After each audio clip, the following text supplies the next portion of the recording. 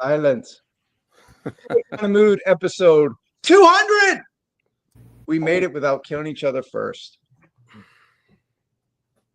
Am I frozen? No. A little bit. You're just awkward. Well, duh. That's why people are watching. Anyway, it's a toy kind of mood. 200. I'm Travis Moody, your host. Bobby and Tony will be joining us later. We hope Tony's on a work call saving lives like Doc, who we're going to talk about a lot, called Greer. But anyway, joined, of course, with the Black Genghis. Has been here for a lot of the 200 episodes. What's up, my man, KJ? Hey, what's up, man? As always, good hanging out with the toy kind of mood. I did not want to miss this episode. I'm really glad to be here for as long as I possibly can. I hope you all are having good vibes into the holiday season. Great. And also next to him on the left is Spec, the Toy Optics. Got a nice channel of his own. Happy holidays, my friend. Happy holidays. What's up, everybody? Cheers to the 200. Cheers to 200. What you sipping on, fools? Some Whistle Pig Orange Old Fashioned. Nice. And what are you sipping on, Baldy? Baldy Locks in the house and Pimental, everybody. Yo, neighbors. I just want to say thank you all for being a friend. Had a little Knob Creek Old Fashioned tonight. Knob Creek. Knob Creek. Whiskey kind of mood. KJ, you said you're partying tonight. You're not pre-gaming. Partying tonight, yeah, man. And tomorrow's a school night, so I guess I'm saving all that. I put some digital shots for y'all in the chat right now. Right now, I'm pre-gaming. That's straight vodka. He's playing us. No, but I had some Suntory whiskey, Tory. Mhm. That's one of my faves. I went to Bevmo. That shit gets up there. There's the $30, and there's the $80, and then there's like the $2,000. So I'll treat myself to the $80 sometime next year. Suntory is, I believe, it's Japan's largest beverage maker. They do green tea. I did a green tea spot for them years ago, but I have a bottle of the Tory. A friend gifted that to me. It's a perfect gift. It doesn't break the bank. It's smooth. It's nice, man. Yeah. Nice. Cool. Well, we're going to do things in reverse order tonight because KJ's got to go to a party tonight. He's got a holiday party. He's partying with us and then partying out. So we're going to actually get into the GIJoe classified best of 24 real quick. White elephant. Okay, cool. All right, let's say hi to some folks, though, because it is an ATKM 200. And we just, as our guest from last week, Riot Press in the house, Riot Press Comics. Nice. Let's talk toys, guys and gals. That's what's up. KB Joe to Graphs. Happy 200th. You fellas do some great shit over there. Happy holidays. Thanks, man. Thanks so much. Gun Bunny, what up, man? I actually caught your review of the Tiger Force Roadblock and Tripwire because knowing you're a Tiger Force guy, I wanted to watch that before while I was opening mine. So thanks so much for the kind words and checking us out. Rich in the house. What up, man? GI bro. Yo, bros. Aloha all. So tell me if my Wi-Fi is coming in crappy in the chat because it keeps telling me I have one bar and I even went from 1080 to 720. Of course, ATKM 200 is going to have technical difficulties, right? It's just the way it is. Best of 24. Yay. The collector. Hey, y'all. Cool. We'll catch up with some more comments in a little while, but 200, guys. We hit it. KJ, talk to me. What's 200 mean to you? 200 was sort of like a really good omen. Hold on a second. 200 is a really good omen, just because it was about consistency, and that was like really what we wanted to start on. We had episodes where, hell, we were struggling just to get 100 views. We just wanted people just to hang out with us and enjoy the toy vibes, right? So we made a name for ourselves. Shout out to Channing Tatum, Gambit. But yeah, man, we came a long way from toy hunting Baroness and the Isles of Cobra Island to now, man. And it's been great kicking it with David, with Zen, of course, Bobby and Tony, who will show up later on. it's just been great, man. And I've been grateful. I really have.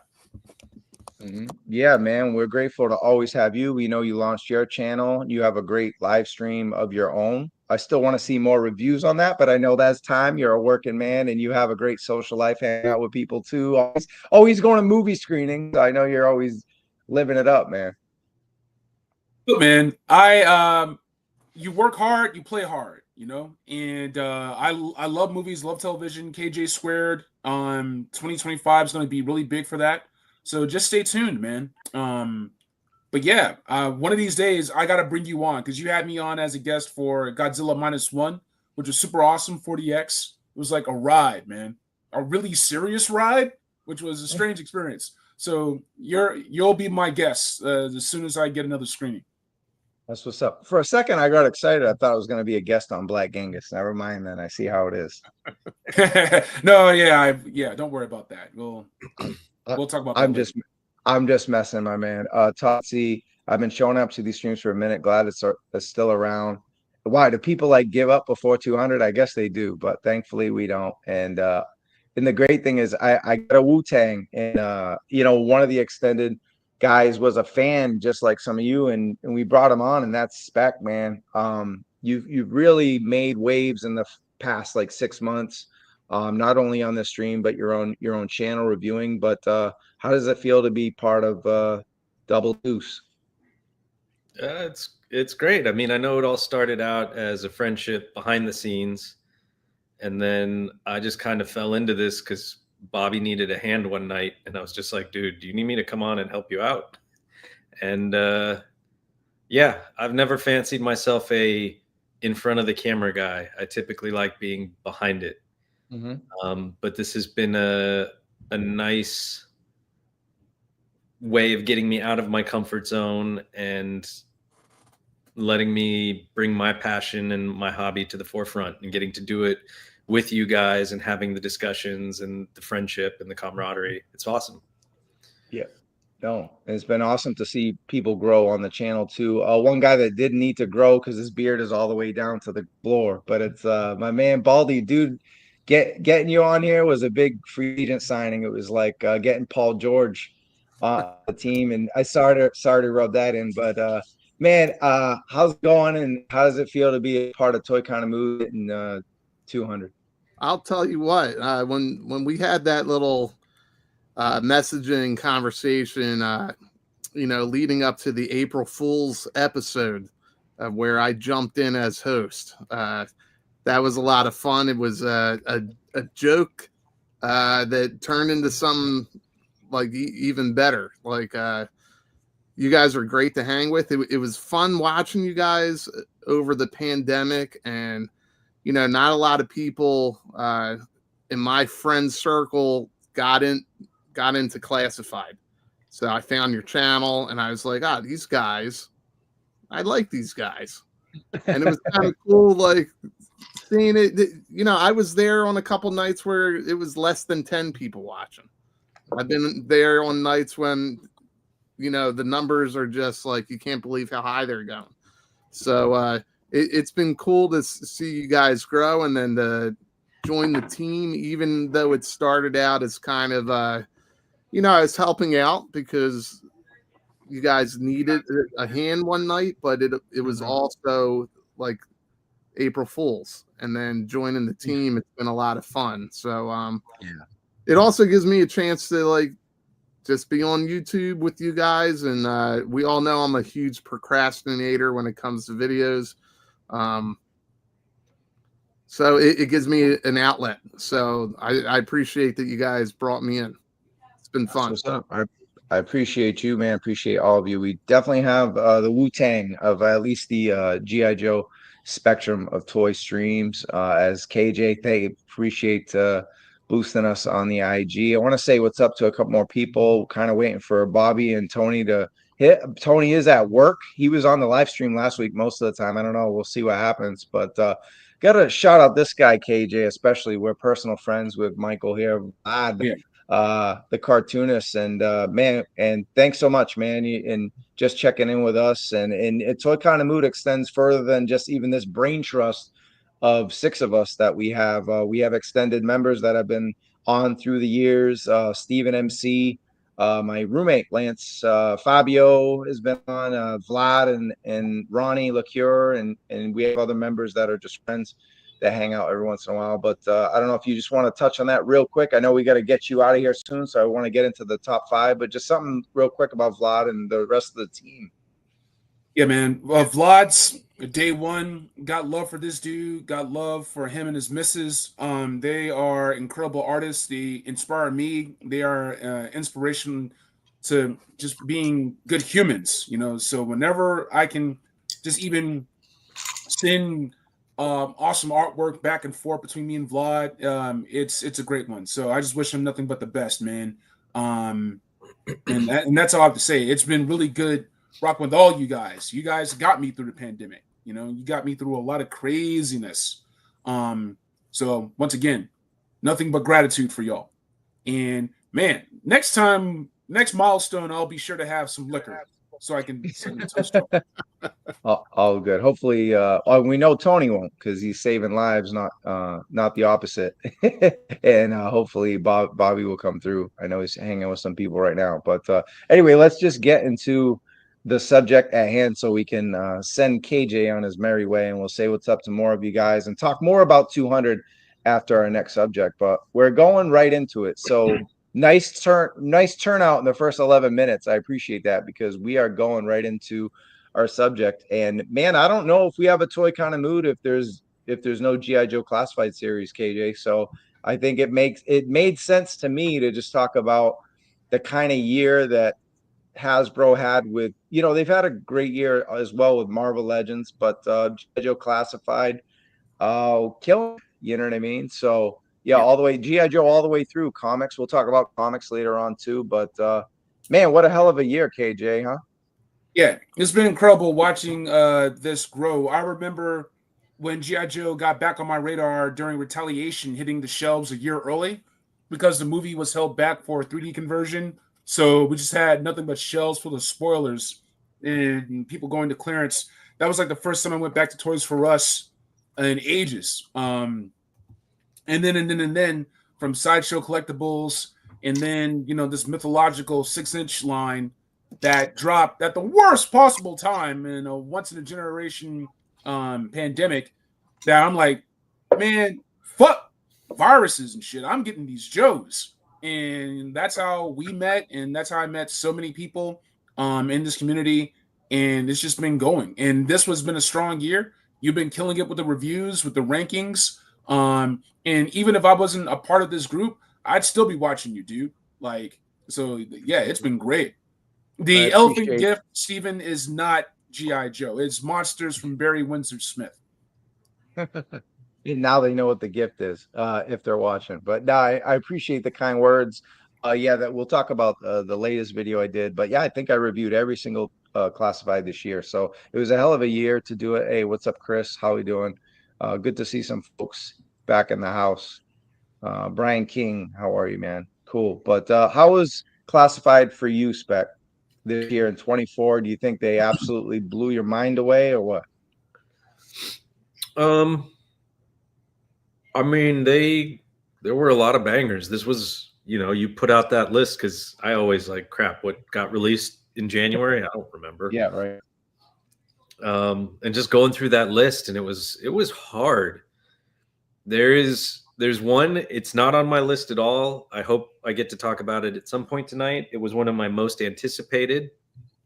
I think it's a great figure, but it was also plagued by some QC. And so there were other things that were just too close that I had to, I really had to look at everything and just be like, okay,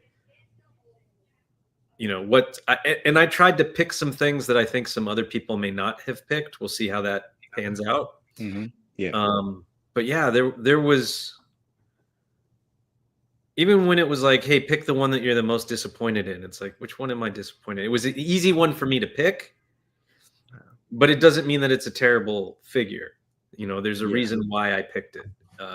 So yeah. Yeah, I even had to on the like the worst 2-pack. I was joking with. I actually talked to Lenny because he shared our show. Shout out to Lenny Penzica and Tony Colello for sharing our stream tonight. Really appreciate that. And I was like, oh, the worst. That's just a YouTube. I was like, you guys don't have like any. I might have one figure under a 3 out of 5 all year. That's how good they are. You know what I mean? Where other toy lines will have tons of 5s and tons of 2s and 1s. Classified's pretty consistent. Even the worst figure is kind of acceptable. So, Baldy, you feeling that way about classified in 24 as well? Oh yeah, classified is like it's like a relationship with that crazy girlfriend where you're like, shit's got to go bad at some point, and then all of a sudden they just do something crazy that just sucks you back in. You know what I mean?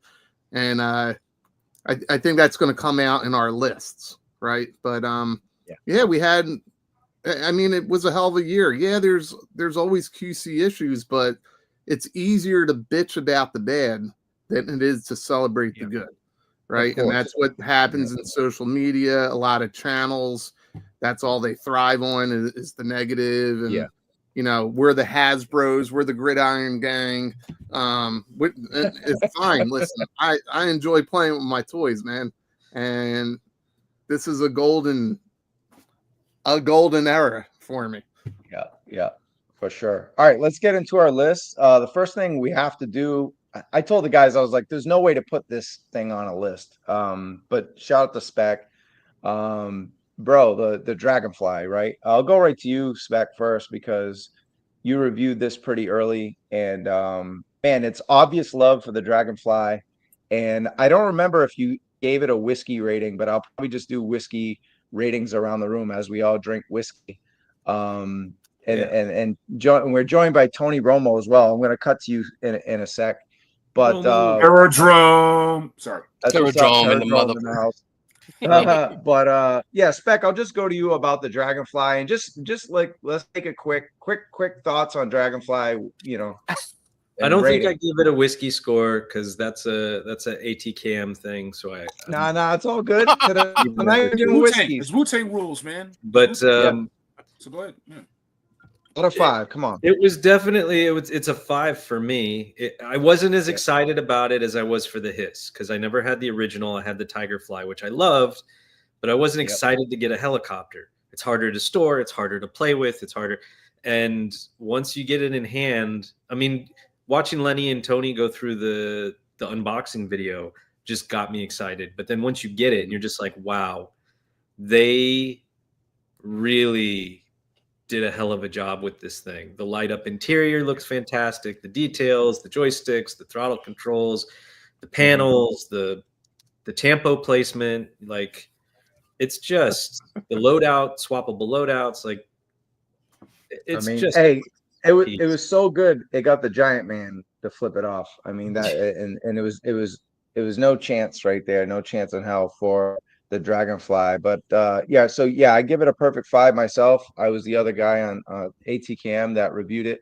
And then Baldy did like an outdoor review. So I'll go to you, Baldy. Dragonfly height.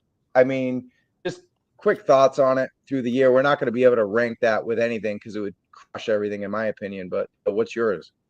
Along the lines of Spec, I think Spec and I actually think a lot alike. I had like a hand-me-down dragonfly, right? And when I was a kid, it was cool. I liked the Fang. Like when I was a kid, the Fang was my go-to helicopter to play with. But dude, they knocked it out of the park with this. The price point was good. You got a lot of decent figures. I would say 2 are better than the other 2, but they nailed it. It's a beautiful piece. Is it as exciting as the Hiss? No. But it was definitely, it's a lot of fun to own, and it was a lot of fun to play with. I'll tell you that. Whiskeys. I'll give it a 5, baby.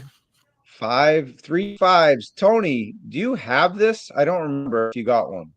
Yeah, I got it from DJ 5 Ash. DJ 5 Ash. Yeah, that's what. So have you opened it? Have you had time? Oh, hell yes. Come on, man. Hell yeah. It's on display on top of one of my DTOFs. It's got the missile firing with the effect in the back. Yes, sir. That's what's up. And would you agree with the boys? A perfect 5, or was it something you would fix? Yeah. Oh, No. Okay. no, I agree. I agree. Not with what they said, but it's a perfect 5 to me. I mean, they say they don't like it. They like other things better, but it gets a 5. Really, guys? I mean, what are we doing here? I mean, Yeah. you like the Rattler better. I get it, but this for me, I never had the Rattler, and I want to get it, but I don't know. I needed this as my childhood thing. I remember my dad getting it for me, opened it up. It's one of those ones that, you know, the picture that I got, it could be included in Metaxas's book. And he says if he does a reprint, he'll throw it in there. And I'm like, yeah, throw it in there. That's what's You up. know, I think I put it in Cool. an IG. So yeah, no, man, I needed this. Airborne, Wild Bill, all the extras I got with this are awesome. So yeah, I love it. Yeah, very cool. And I think he brought up a great point, KJ. I mean, look, we did an entire episode just discussing the thing. And also, I mean, the figures across the board were slam dunks. I know a lot of those figures are wound up on our list. So we did allow, just to give people a heads up, we did allow like 2-pack figures and vehicle figures to wind up on our list. But how do you just feel about the Dragonfly? That's the line. The only thing that keeps me from doing a true 5 out of 5 is like a 4.95. The rotors. The rotors either need to have a button I can push so it can spin, or it could have a battery operated motor. Koto Bukiya does it. You'll see this in imports, either with a watch battery or double A's. That rotor needs to spin, man. The other one did. The vintage Dragonfly did. Yeah. That's the only thing. So Good point. That would have been 4.95. fun. That would have been fun. Like Ninja Turtles soundtrack. 4.95. No, Damn, never so mind. pretty much. It's all good. We're pretty much all 5s. I know last we talked with Bobby, he's keeping the figures, but he had to unload. But he's also moving, so I totally get it there. But all right, moving on. The Dragonfly is pretty much a perfect 5 from the ATKM Woo. But our first, we went with vehicles, mid-size to small vehicles, best of the year. The Vamp got picked by every single person but me. So that's a take right there. So all 5 of the logos. Congratulations, Spec. We don't have to use Spec Mobile logo anymore. So there we go. It looks like KJ's got a decked out Vamp to show off the man. Very nice. Very cool. Got some extra gridiron gear and stuff. And Tony, you would be showing it off, but you're at work right now. So Oh yeah. in the bunker, the real life bunker. But Mhm. all right, cool. All right, so this is our pick, the Vamp. I'll go to you, Baldy. Talk to me. You know, you had fun with the Vamp. You send it up and down hills and all that stuff. So how are you feeling about your choice here? You know, as the best of the year? Was it even close? Now listen, the Vamp. It evoked going into Toys R Us, picking that toy off the shelf, or Christmas morning. That's what it felt like when I got the Vamp in hand. It was a lot of fun. It gives us an opportunity, or gave us an opportunity to get the Stinger. We're going to get the Mark II, maybe the Sears Dreadnought. Gun Bunny did that. Maybe the Tiger Force or the Tiger Paw one, whatever it's called, Tiger Force. And dude, it's so much fun. It's such a fun vehicle. It's not oversized. It's not like, it doesn't feel weird. Like the turret doesn't feel weird when you have somebody on it. It's just a fun vehicle, and I don't know. I wouldn't say it's flawless, but it's a lot of fun to play with. That's what's up. Just to save time, I'm just gonna go to Tony on this, and then we'll move into our next section before I put my pick in. But Tony, you were able to hook up the Vamp in a tremendous way. You're not able to show it today, but just thoughts on the vehicle, because you're not a big vehicle guy. You're not a big vehicle guy. 112 scale vehicle, but talk to me about your thoughts on the Vamp. Yeah, man, it was great. I didn't know. I mean, I knew some stuff what Mark was going to do from Gridiron with it, but just by itself, just like that, I had to get it. It's a vehicle for your Joes, and we didn't have, much too many, just the Ram cycle and stuff like that. So this, I mean, it was great, man. It was a lot of fun, just as is. And then, when I was happy with it, and then Mark started making stuff for it, I waited and just waited because I knew he was just going to keep on piling more stuff and more options. And then with all his stuff, you can, slam all of it on there. You can you can put, you can minimize it however you want. It just makes it more fun. I'm like surprised Hasbro didn't do some of that themselves, but that's what we got third party for, and made it a lot more fun. So yeah, man, this was shoot, I give it 5 whiskeys too. I mean, this is the other vehicle I have. Well, I got 3 of them: the Hiss, this, and the Dragonfly. But this one's a lot of fun, man. So you're anti-vehicle, but when you get one, they're always a 5 out of. I'm not anti-vehicle. It's just I don't have room for the damn. I know. No, I appreciate that. That's I gotta make more shelves. we got a great audience right now. Welcome to a Toy Con of Mood 200. We're talking about the best GI Joe classified of 2024. Right now, we're talking about our favorite vehicles. And if you're watching, give us a like, guys. That's all it takes. Give us a like, and that's it. Like if you're new to the channel, you heard through anybody else like Lenny, Tony, or Full Force or anything. Give us a subscribe. We do tons of content every week, and we go live every Wednesday. So, all right, I had to just be different, of course. And yeah, I mean, the Vamp's great, but when I reviewed it, I picked out all kind of things. And I wouldn't say all kind. There was like 2 things. I was like, this could have been better. This could have been better, but still a great vehicle. This isn't even really a vehicle, but this completed the Hiss tank for me. It's just so simple, but I thought the HMS was fantastic, in my opinion. I thought it towed really well with the Hiss, and I love the way it rotated, it elevated really well. I like the decals on it, and I mean the colorway of the Techno Viper, I always say Chicago Bulls or whatever, is awesome, and Techno Viper is one of my faves of the year. Spoiler alert right there. So just getting a cool colorway on that made it a lot of fun. I just didn't have any issues with it. Is the Vamp better and better for your collection? Of course, but there wasn't really any issues with this. I just like the way it just worked, and it seamlessly towed onto the Hiss. So I don't know. It just kind of added more depth and breadth to the Hiss and more value. And yeah, I mean, that's it. KJ, did you have any opinion on the HMS? I mean, you did. This wasn't on your list, but I just want your opinion on it. Yeah, man, it is a perfect addition. I put it in the chat, so I'll go ahead and just say it straight. This and Fire Team 788 were supposed to be thrown into the Hiss tank. The suits put the kibosh on it, and they said, no, sell that shit separate. So it's great that we got the Hiss gunner and the Hiss driver and everything else. But this and the Fire Team figs were also supposed to be a part of it from the jump. And then the suits said, no, that's not a call on the Joe team, not Lenny or Emily or anything else. It was the suits. So it's great that we got to add this to the Hiss tank. But someone decided that we were going to either throw in another 75 or make us wait for clearance. So like, all right, fine, whatever. But yeah, this is a perfect addition. That's what's up.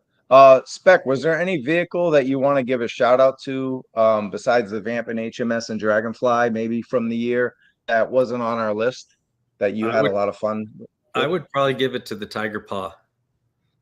Oh, cool. I'm one of those guys. I know that there's the hate for Tiger Force from a lot of people, but I always loved it. I loved it as a kid. I liked the original Tiger Paw. I think this Tiger Paw was great. The Wreckage is a great figure. The paint scheme on him is awesome. So yeah, I enjoy that one a lot. And that's a fantastic segue, because our worst classified joints is up. And yes, it's the Tiger Force 2-pack. Bobby isn't here, but just to speed things up, I'll do his picks for him until he comes back, or if he ever does. But anyway, yeah, it's just gruesome, especially Tripwire. And I'll just say this: I didn't put Tripwire on my worst figure of the year, but he's the worst figure of the year. I didn't want to put someone from a 2-pack, but I mean, this. Even is it faithful? Sure, but it's brutal. I do like that they gave MacLeod, shout out to Full Force for also hitting 200 episodes not too long ago on the Full Force. Yeah, shout out to my guy. But man, I don't know. Everybody bought this for Roadblock, and I hope you bought it on clearance, because otherwise you paid $45 for a Tiger Force Roadblock. But yeah, so that was Bobby's worst choice of the year, and he went with 2. So bad he chose 2. And I got to give a shout to, speaking of worst and 2-packs, I just did a video this morning. It went up. It's what's the worst GIJoe classified 2-pack of 24. Go check that out after we're done or tomorrow, whatever. Go save it, go like it, go comment. But yeah, it was fun, because I these were actually the only, besides the Marauders, these were the Mad Marauders, these were the only figures I hadn't reviewed this year. So it's like, oh, okay, let's just knock them all at once. They all kind of dropped when I was in Texas or whatever. I just wasn't around. So it was a fun video. Hope you guys dug it. And yeah, more in-depth thoughts on the 2-packs are there. All right, Baldy, you had a tie, so I'm going with you. All right. These are fantastic figures. Don't get me wrong.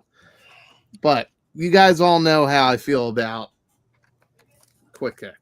All right. He should have been, the way they presented him, and then also with the oh my god, with dial tone. These are retro carded figures that are straight up just in the classified packaging. Everybody knows that I'm a huge fan of like the modern updates, and I just feel like they went full retro, and that's what they gave us when we got Quick Kick. They didn't even give us a screaming head. So they gave us 2 heads, and one you can barely tell. Travis, I think you were one of the first to point out that it's him chewing, right? It's him. The one face is him chewing. It's just an odd. We have it here. Yeah, that one right there. Yep. And then with Nemesis Enforcer, just so I can give somebody else a chance to talk. Nemesis Enforcer, beautiful figure, great figure. Whether I'm a Cobra La fan or not, this is really nicely sculpted, but dude can't even look up. You know what I mean? Like the articulation, it just sucks Galobulus's balls. It's that's the only thing I don't understand is why would you go 90% and not go another 10%? Do you know what I mean? It's 90% good. It's 90% great. And then everybody's switching out the wings, which I actually like these wings. I like the concept of like it being like a symbiote, you know, like that relationship. But yeah, like it should have, you know, for the retro, get the bat wings, the straight up bat wings like Venom or something like that.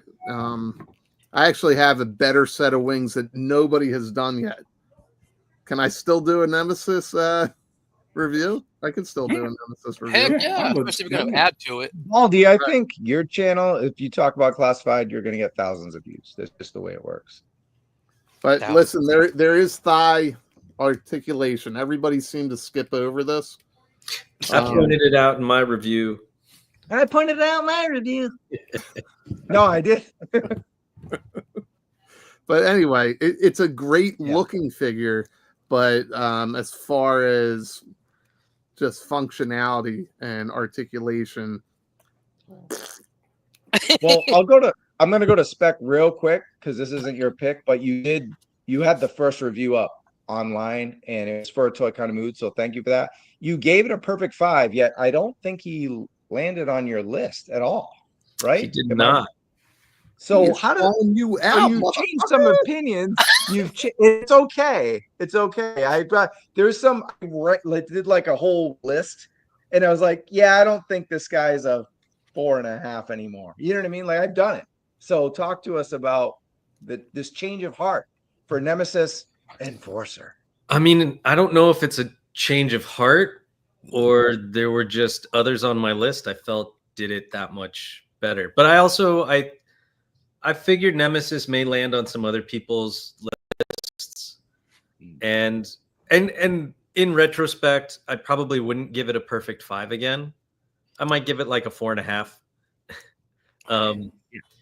I still think it's a great figure. I don't like. I know Punk with Toys, like his is super wobbly, and mine's pretty freaking stable. Mine's not great either. It's pretty wobbly, actually. Like, wobbly where? So Punk says he's got it right here in the chest and in the waist. Like the waist. Easy fix. I could feel Easy like a little in the waist, but like my dude's solid. Good. Mine's solid too. Right on. But I mean, and I pointed it out in the review, like you can't articulate the feet up forward, which makes trying to balance him a little difficult in certain dynamic poses because he is such a big and top heavy figure. Like the sword sheaths are okay, but they are big and clunky. And then I'm with Zen on the looking up. I had to double check him. He can look up a little bit, at least with the normal head.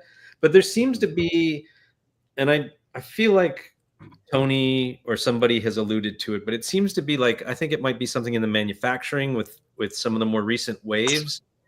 The neck, like Raptor has trouble looking up. I had to go in and like cut a little bit of the plastic out around the ball of his neck.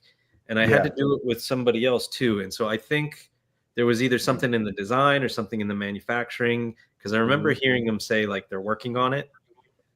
I could be making that has to do that.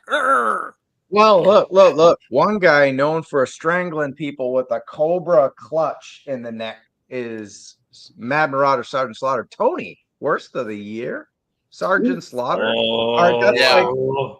How? That's like. And my whole thing is just the paint job. I don't like. On the others, it looks okay, but his looks like he's got shorts on the outside of his pants. That's like a homeless guy. Homeless guys wear that. I mean, like Superman has got trunks, and that's different, Spec. You know it. But this looks awful. I mean, I take him. Have a problem with that at Club Tarkin. I'll repaint him. Give me that one. I'll repaint him better. If I had pearls, I would clutch them. I'm like, nah, skip me with that. I mean, the original's awesome. I know this is just a sub line that I don't give a shit about, but I don't like the way they did him. Like, weird. Yeah, that's right, Justin. I don't know, man. I don't like it so much. I'll tell that to Sarge's face. Nah, man, get that Marauder shit out of here. You can drive out here. He's going to be at a toy show in Whittier in January. Let me hurry up and do that. You're gonna get choked out like Larry did at Joe Fest last year. We were cool. Actually, Larry we kind of cool choked Joe him. Fest. Cool. All right, we're gonna go to KJ for the next choice. I think you got something in hand, right? All right. So here's the thing. The Cobra Trooper is the backbone of the Cobra Special Forces, right? Their army is Legion. They are deadly. They are ruthless, right? So with all the great figures we've gotten, whether you're talking about Cobra Island and Cobra Trooper right here is the Cobra Infantry, right? This shit was hard as hell. I remember Cobra Trooper going up to $200, something crazy. Then we have the Cobra Officer. Here's the web gear from the Cobra Officer, right? So why we have all these options does the Retro Trooper using Stalker's web gear, aka Retro Snake Eyes web gear? This is a Joe web gear. The Joes are supposed to use this. Joe Green shirts are supposed to use this, not Cobra Blue shirts. I'm not with it. I'm not with it. So I'm gonna have to replace this. This is really, it drives me up the wall. It's unacceptable, KJ. That is Stalker's web gear. Yep. That is Snake Eyes web gear. Yep. So why the fuck are these Cobra Troopers running around? They might as well have the Joe Pro. They might as well have the Joe Pro on their fucking 100%. harness right now, man. Anybody else got this kind of beef with the Retro Trooper? Tony, you look like you're dressed up as one right now. Yeah, it's all blue, baby. Same all color over here. EMS. So talk to me about the Cobra Trooper, the Retro. I dig them. Got two of them, so I can stand them. One on each side of Cobra Commander. That I just got the hooded sculpt for. It came out pretty good from IBMMT. I showed it, but I don't know. What would you do, KJ? What would you do for his web gear? Would you do the gridiron thing? It looks pretty cool. I mean, you could do the gridiron thing. I think I may just do some boiling top. Yeah, you go. Yeah, they You could do just that. put on, and it's already gray. The Python Patrol web gear, and I think the Cobra Officer Yeah, they web had gear is gray. Yeah, so I'm they just had put that back on. they had the suspenders gear too, but it looked a little different. I'm trying to picture the 3 3/4 inch Joes, and Just, I it's keep just on a yeah. I Sorry keep on about that, thinking Tony. about the cartoon. I think about the cartoon and Mutt and Flint when they had their uniforms on. It just black suspenders with white outlines. Yeah. I don't want that. But it's just that someone down the line decided that it wasn't worth tooling, like because even the original 3 3/4 the Cobra Trooper had similar Yeah, web gear like that, or similar harness, but someone said that it just wasn't worth the retooling, right? So they try to change it up. The grenade's gray, the molded knife sheath is gray, that's but fine. Yeah, that's just not for me. That's just not enough. And Hasbro's pinching those pennies these days, and Oh, and yeah. I wouldn't put that on Lenny or Tony. I mean, that's just No, as no, we me all neither. know. We all know the stories, the rumors, the whatever. Like those guys are clutching their pearls in the form of their bank account right now. Yeah, for sure. Those guys All right, being the suits at Hasbro. Oh Yeah.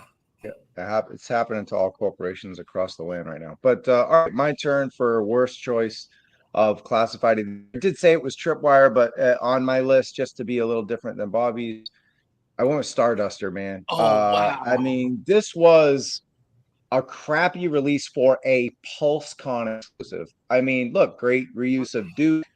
But just that cereal box thing was incredibly lame. You had to cut out and damage the packaging, use regular ass packaging. I mean, Hey. usually the PulseCon stuff has, great deluxe packaging. And I think there was some stuff with, maybe it was Nemesis Immortal to follow up with Once a Man, who made many of our lists. But then we got this just regular ass thing, and then they tacked it on. But due to the 2-pack review I did last night, there is a shining light for Starduster, and that's because he is the new Falcon, man. I love him as Falcon. Right on. See if we can get can we get clear? No? Probably not. I hate that trying to do that. Cameras How or are we doing? webcams are weird. Yeah. Well, anyway, I don't understand how it's not doing it. There we go. There you go. There you go. And to me, I had blowback, and then I said it. Oh, sorry, Tony. What was that? No, go ahead. You're good. I was just gonna say I had blowback from Action Force, and he was cool because he was young looking and everything. But then when I did the 2-pack, I was like, man, his eyes are bugging out. But to me, this is a great Falcon. I mean, handsome. I call Sam Whitmer. Played Darth Maul and Clone Wars and all that stuff. But yeah, man, I think he's super dope for this, and I'm gonna keep the Falcon on the Night Force. So that's that there was shining light at the end of the tunnel, but I had already decided that Starduster was my worst of the year before recording that video last night. So do we have any Starduster fans on that before we move on? Dude, I love it. Yeah. Baldy, what's up? No, I loved it. It's a great reuse of Duke. That actually is pretty brilliant that you use that head for Falcon, considering it's Duke's stepbrother or half brother. That was a smart move. No, I really enjoyed Starduster. I agree. I think that they totally switched gears when they used him. He was never supposed to be an exclusive. I think they looked at him and went like, all right, this is great, but we're not going to produce a ton of these, or whatever decision it was. But it is the only exclusive that does not have like special packaging. So I definitely think they changed gear, like they switched gears for whatever reason. Yeah, it could have been that. See the packaging we got right there? Instead of making that a miniature, blow that print up, and then there's the packaging. And you don't they could even do it would be an excuse not to use plastic, and we'd be fine with it because it's a cereal box, and they were so pro with it. Yeah, I mean that's it. Why? Well, give us that SoCal Joe show, right? Is it the SoCal Joe show? Yeah. A couple years ago, they did a Starduster exclusive. It confuses a lot of people because a lot of people think that those are Hasbro endorsed, and they're not. But they're very nicely packaged customs. and they knocked it out of the ballpark when they did theirs. And I think they even had a cereal bowl or something. Like, that's what they should have done. If you're going to do an exclusive, go all out.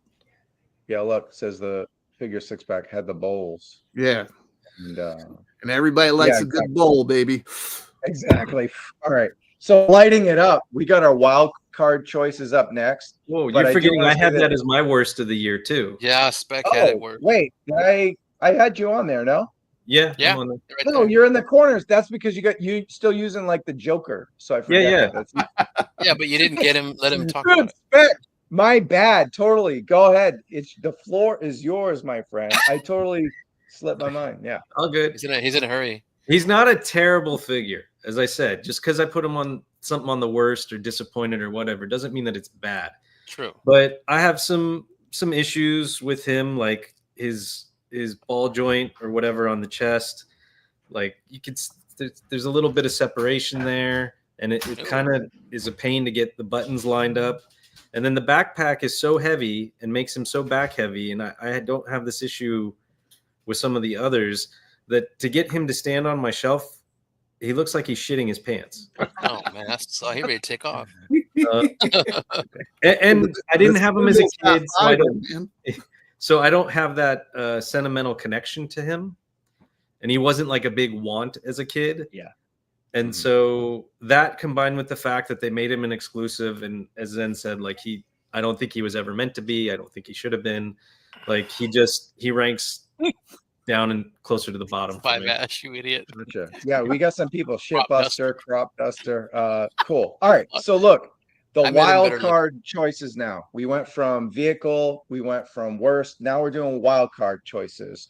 And it's supposed to be like a left field choice as your honorable mention, something wacky, a repaint, part of a 2-pack, something like that. But then KJ just decided to do retro Scarlet and Duke. So I don't understand how that's wacky. I don't understand how that's wacky. How is that a wacky choice? Off kilter, dark horse choice. There you go. Shout out Look at those beautiful figures. I get the shout out to Jesse Heck Creative for this awesome thumbnail, by the way. But yeah, KJ, go ahead, talk to me, man. So the thing about retro Scarlet and Duke is that it's full circle, right? This is from wave one. Everybody who was talking shit about classified, shitting on the gold shin guards and like all that stuff. Get that, move that, get that. The point is, Justin is looking at you like, motherfucker. I'm saying, but this is like a full circle moment. So this is like why this is what's going to keep classified series on shelves 5 years from now, like doing the retro carded. I can't wait to get the retro card Roadblock when it comes out. I can't wait to get like that quick kick is they can put a streaming head with that retro card. It's like a second chance of doing that, right? We're going to see that Night Force Falcon head sculpt on a potential retro carded Falcon. So this is like a sign of good things to come. Like this is like a harbinger, and this is like the full. Just kidding. There, that's what y'all gonna get. All right, we're just kidding, bro. Hey, it was based on the comment, not me. It was a blame toy bounty hunter. I'm off. My hands are up. But no. I think you bring up a great point that these are figures we already had, and it's like, okay, they're finally listening to the fans and giving us what they want. But I mean, but look about the stiffer card backs, right? Like I remember getting like Destro in the mail, and it was like crunched up like Kleenex. It was like, oh, what is this, right? So it's a sign that the Joe team's listening. They're getting Hasbro to listen, and it just means better things from the lines right then and there. So like, there's something I think that a lot of people missed about retro Duke and Scarlet: the diaphragm joints, the retooling, everything else, right? So how do you like them apples, Toy Bounty Hunter? Shit, like, yeah. I got a number. How you like them apples? Yeah. And this is like them. No, I'm just put. I don't know. I had fun with that. All right, let's move on though, so we can get KJ's other 5 choices in there. All right, up next we got Baldy and Spec. I noticed the icon this time. Baldy, we'll go to you. I actually forgot that you put Steel Core Commander and Twilight Guard. Do you actually like that Steel Core Commander? Yeah, I think it's it's fun. Everybody seems to get like these like officers for their troop builders, right? For their army builders. And I think it fits the bill. It gives it's very reminiscent of the gold helmet ones that everybody liked. So I like it. I think this was just a fun remix of the figures. This is kind of like this is how you do reuse. It's kind of fun. I feel like they were going to do like a storyline here or something. I'm not really sure, but you guys got to remember this is like, I don't know how many numbers this is in, but this is one of the first packs to get a proper file card, even though it was digital. That's where the QR codes should take us to these file cards. But it gave us a little story, and I thought that was kind of neat. So I'm happy with this 2-pack. That's what's up. Spec, were you happy with just the Twilight Guard because you have them on your list, or are you okay with the Steel Core Commander as well? I like the Steel Core Commander a lot better than the original Steel Core 2-pack. I like the darker greens and the gold helmet. The contrast plays a lot nicer. Yep. But for my wild card, I was really torn between doing the Mad Marauders Sergeant Slaughter, because he's one of my all-time favorite Joes, and I love that colorway, or the Twilight Guard. And the Twilight Guard just hit more for that wild card feel. Yeah. Crimson Guard is also one of my favorite characters, and to get him in this like stealth black colorway, and black and purple are my colors. I used to have a black and purple muscle car and matching bag and all that. Let me jump in and ask you this. Are you okay with them damn Nerf weapons? I was like on a roll reviewing it last night and being like, this is the best figure I'm reviewing tonight. And then I got to those weapons. I was like, these are gung-ho Chewbacca blasters, these shotguns and stuff. I'm like, what the hell is this, bro? I don't particularly love, I mean, I'm okay with this rifle. It kind of fits that sci-fi, maybe what a Twilight Guard would be, but I mean, like overall, do I love them? No. So I put those in my little fodder thing with the rest of them, and I'll give them this one.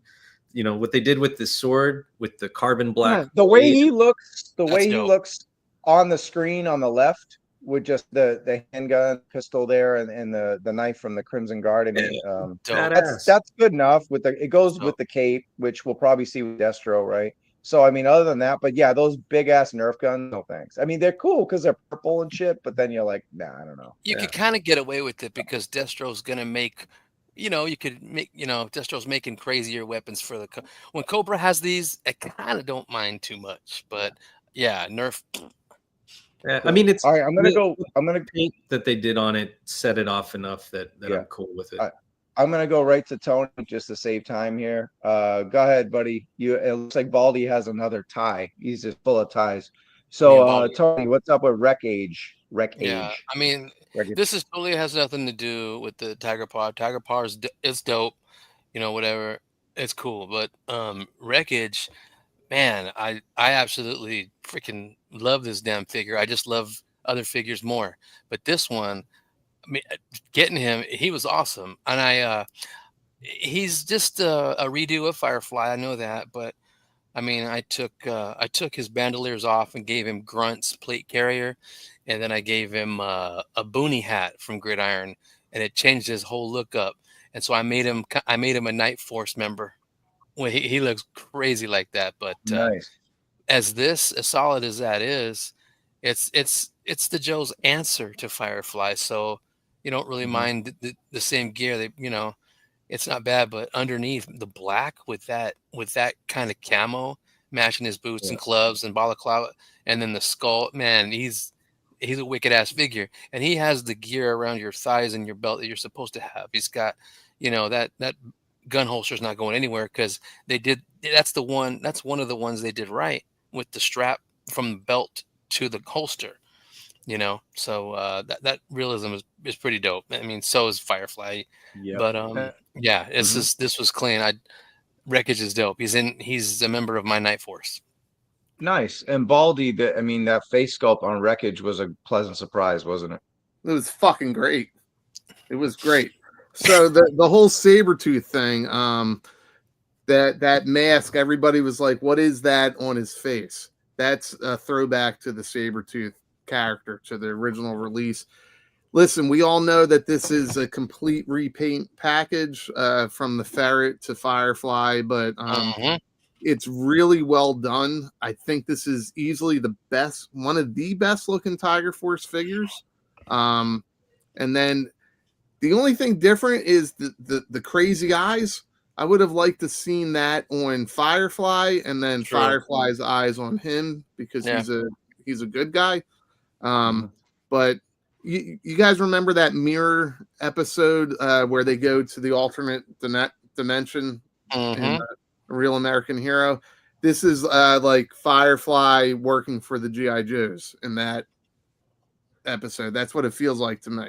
But yeah, it had nothing to do with the tiger paw itself. It had to do with wreckage. I think it's a fantastic figure. Same here. Right on, Baldy. That's what's up. And we did give a shout out to the Tiger Paw earlier as a potential great vehicle. That's the spec. All right, moving on. All right, I'll just go to mine. I got a tie because everyone's doing ties. So I'm gonna just be tie. So I got a tie. Night Creeper and Techno Viper, mostly a tie because these are my two favorite army builders of the year. I mean, the Night Creeper was the ultimate ninja army builder, and the Techno Viper might be just my favorite looking builder. I mean, both have a slick, modern look, despite being pretty faithful to the original. And I loved all the accessories, especially Night Creepers. Just came with like that dragon sword, and obviously the extra head sculpt for the like V3 version, of course. And they're both just incredibly fun to pose. You know, like one as a ninja, obviously.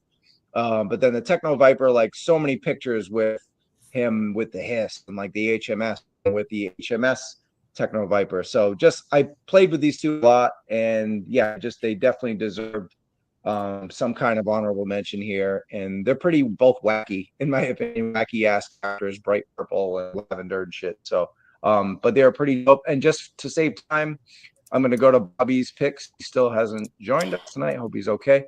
But he went with Big Boa, and I know he's a big movie buff. He's into Rocky, Sylvester Stallone. I know he had talked about this one in the chat and on prior shows. I mean, so I could see this being up his alley as a nostalgic throwback. And this was definitely one of my favorites as a kid. And I think he was a very solid figure. I mean, if we were allowed to do 20 picks tonight or 15 or whatever, he'd be up there. But good shout. Maybe we can ask Bobby about it later on in the show. But we did have another guy who had Big Boa on his list, and I'm gonna go right to you, Spec. Number 5. You actually have in your top 5 Big Boa. Yeah, so he was always one of my favorite releases from this year, and he almost didn't make the list. So I said I had one. One of my most anticipated figures from this year was the Iron Grenadier, and it is a phenomenal figure. But I got 6, and I returned 4 of them because of QC issues. Smudgy tampos and bad paint applications and smears and chunks of paint missing, and that kind of bummed me out. So I hope as those get made, they get worked out. It's still a great figure. But Big Boa, you know, they kept the classic look, but the little touches that they added, the wrapped hands with the bloody knuckles, which I wish those were fists. And then the unmasked head with kind of, you know, the missing tooth and the kind of beat up, busted nose face. For as somewhat of a plain figure as he is, he has a presence, and he's imposing because he's also a taller figure. So yeah, I dig him. I think he's awesome. Awesome. Moving on, our next number 5 choice, Baldy with Doc. I have a feeling we're going to be talking a lot about this guy tonight, but I'll let you talk about him first. Doc was a figure we all were waiting for. I think they really did a nice job. I think we can all agree that the stretcher itself could have like flipped the other way, but that would be the only downfall of the figure. I think they really nailed it. Solid reuse throughout the figure. The face sculpt is great. I was really happy to get him. I was not happy that they announced the Saw Viper within days of announcing Doc. But I always liked Doc. I always thought he was a cool character. So like I was very happy to get this one. I'm not sure how you guys feel, but Well, yeah, we have other people that pick Doc, so we'll just move on when we talk about Doc and Ben. Next up, Tony, while you're still not on a call, we got to go to you. Retro Cobra Commander number 5. Yep, he made it on here. He's a kick-ass representation of the one in the cartoon and in the book, I think, but more of the cartoon. And I was really waiting on this one after I got the hiss, because that's the Mickey Mouse logo, and this one was legit. He's got the longer gloves, and he just right up my alley, dude. And he's the one I got IBMMT's hooded head sculpt for, and it came out really good to me. Other people had said it looks cool, but this, but that, nitpicky. But man, this was dope, man. His crazy cool representation of like right off the cartoon. Yeah, and I think kind of going back on it, we got Baldy with his thumbs down. All right, don't like Coco, huh, Baldy? Yeah. Nah, I'm not gonna take your spotlight, baby. Say that again, Baldy. I'm not gonna take your spotlight, baby. I'm good. No. I mean, talk to us. Why do you have your thumbs down on Retro Cobra Commander? My thumb is down because the different color scheme that they used here. They release Once a Man Cobra Commander, and then this. Like, I get that they had to differentiate it from the Hiss one, but they could have gotten closer to the color scheme of Once a Man. Is he lighter? Is he a lighter blue? The Once a Man? Yeah, Once a Man's lighter blue. Yeah. So that was my biggest disappointment, was that it should have complemented the other. This way you could go through if somebody really wants to do a Dio or like something from the movie and show the different stages. Transition. Yeah. But then the Vax seal, I know a lot of people really like that. I'm okay without it. I love it. That's from the comic book too. He peels it back and there's C4 explosive back there. So I'm like, oh, that's cool. Whatever. That was like in issue 23 or something like that. Yes. So I know what you're talking about. Was on the battle armor helmet. No, it's also in that one. Oh, okay. Yeah, it's very early on in the run. It's the cover with he's Storm Shadow, Roadblock. And I think Clutch and Roadblock have him in custody on the cover. Yeah, that cover he had the hood on. I'll have to look it up. Yeah, it's excellent. That's awesome. Nice, but we can move on from that. That's just my discretion. All right, cool. Number 5 for yours truly movie. I went with which one of these did I go with? I went with Night Force Ripcord. He made my top 5. Could have easily been number 1 overall. He's awesome. I know other people will agree, but Wally Weems is probably like, I mentioned Techno Viper, but this is probably my favorite classified color palette for the year. I mean, I love Night Force is my favorite group. I think they knocked out each one out of the park, and you can see the secondary upgrades in the photo from Gridiron. Shout out to Gridiron Studios. But I really dug the helmet. I thought the functionality was great on it. It only missed like the parachute, which you could get with the 60th Halo jumper anyway, but he's pretty much perfect. And you could, all 4 of the figures from the Dragonfly were outstanding. And I just wanted to give love to this whole group of Night Force figures now that I'm able to put them together. Of course, the number one toy in my 2-pack, number one choice in my 2-pack review was Night Force Coral and Falcon anyway. Spoiler alert for that video. But yeah, you throw those 2 in there and it's a impactful faction. But we're going to stick with the Dragonfly and go right to KJ, man. You and Bobby both chose Wild Bill in your top 5. Good to see Haslab figures make it a top 5 for the entire year. Yeah, man. Wild Bill, no notes. It was a perfect translation from the 375 figure from the character as presented in Sunbow in the comics. It's a larger than life helicopter pilot cowboy. And it's like, what we all wanted. I know there's people that want the Black Cavalry hat. Once again, if you do a retro card, there's all sorts of different things you can do with that. But the point is, I mean, you had to get the Dragonfly just to get this. There's folks who are paying through the nose just to get Wild Bill loose in the aftermarket, and this figure is worth it. Yeah, it's perfect. Yeah, Wild Bill was damn awesome, and I mean, we can pretty much stay here because and I'm sure, and Bobby kept the figures and sold. He's selling the Dragonfly, kept the figures, so that speaks volumes about how he feels about Wild Bill. But right here at number 4, I went with him at my number 4. So yeah, we had Night Force, Ripcord at 5, Wild Bill at 4. So 2 Haslab figures in my top 5, and they had like, I mean, almost 100 figures come out that were just amazing. But I mean, they really nailed up the classified version of Bill. I love all the different looks, and the thing that intrigued me the most was just the detail, the level of detail they went on the deco, on the gloves, on the holster, on the belt, on the vest. You can't see them by these pictures, but they just really added so much detail to like the zippers, and they both use the same body cord as well. So I thought it was a great way to just, with these choices, just a great way to honor the amazingness of the Dragonfly. So no brainer here for me to include these 2 in here. But here's a choice that 3 of you guys chose. I'll go to you, Baldy, because 3 of you chose Jinx, man, right at number 4. Pretty cool.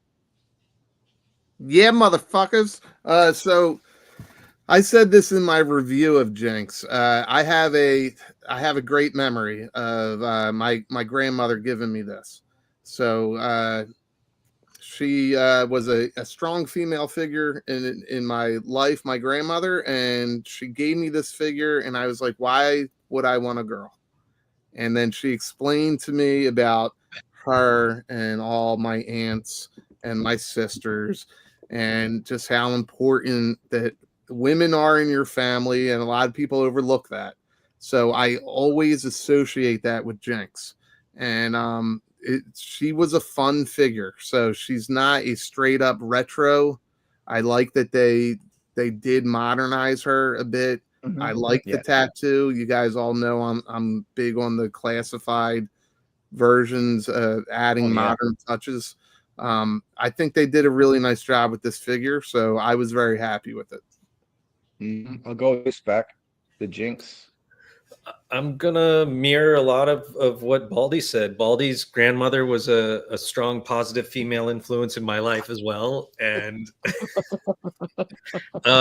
no, that's what happens, guys, when you have a little too much here. The classification of her is very welcome. And while I was a huge fan of the original, and I'm sure they'll release a retro and I'll buy it, but like it was a ninja in red PJs, right? So giving us the sleeveless look with that really gorgeous tattoo tampo and the optional fists and the really, really beautiful head sculpt and the face print and the fact that we got a masked and an unmasked and the blindfold, like this was one of my most anticipated when they showed it to us, and it still remains one of my favorites. Like, it's just great. Yep. KJ, the way of the ninja. Kim Arashikage, talk to me. I wanted a Jinx so bad. Jinx was my first custom. I took the masked Netflix Electra head. Shout out to Elodie Young, who played Jinx in GIJoe Retaliation. And I basically made a 6-inch Retaliation Jinx using Lady Deadpool and Electra. And shout out to Steven, who showed me how to paint a dragon onto Jinx.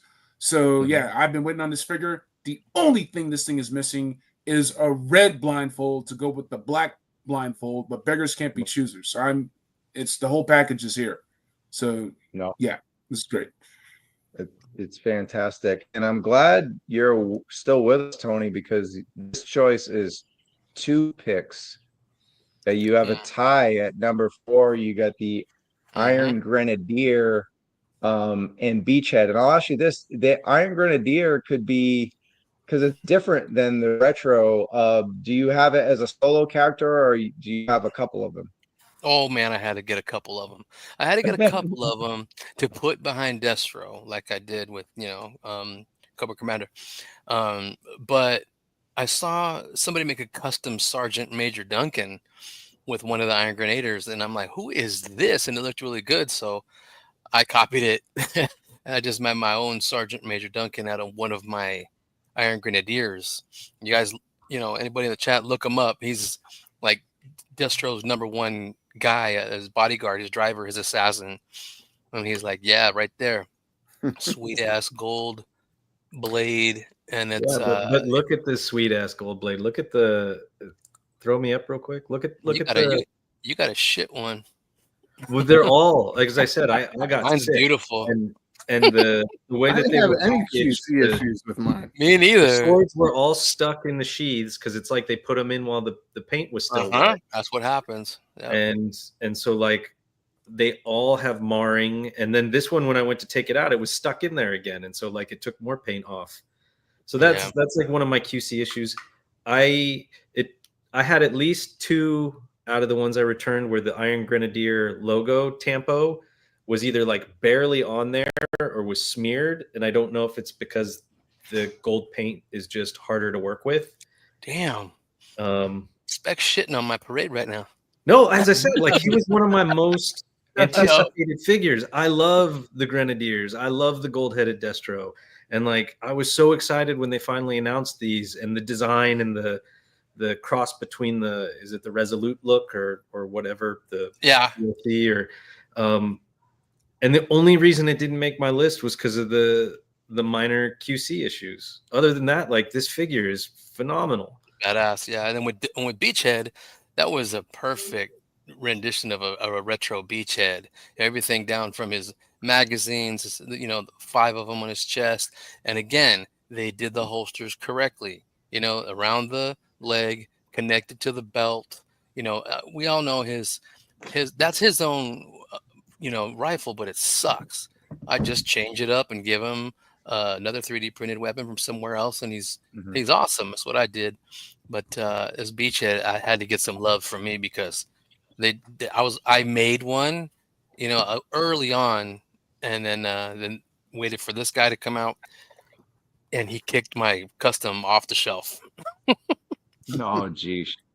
Well, if any figure probably deserved to be in my top 5 or at least sort of tie, it's probably Beachhead Retro.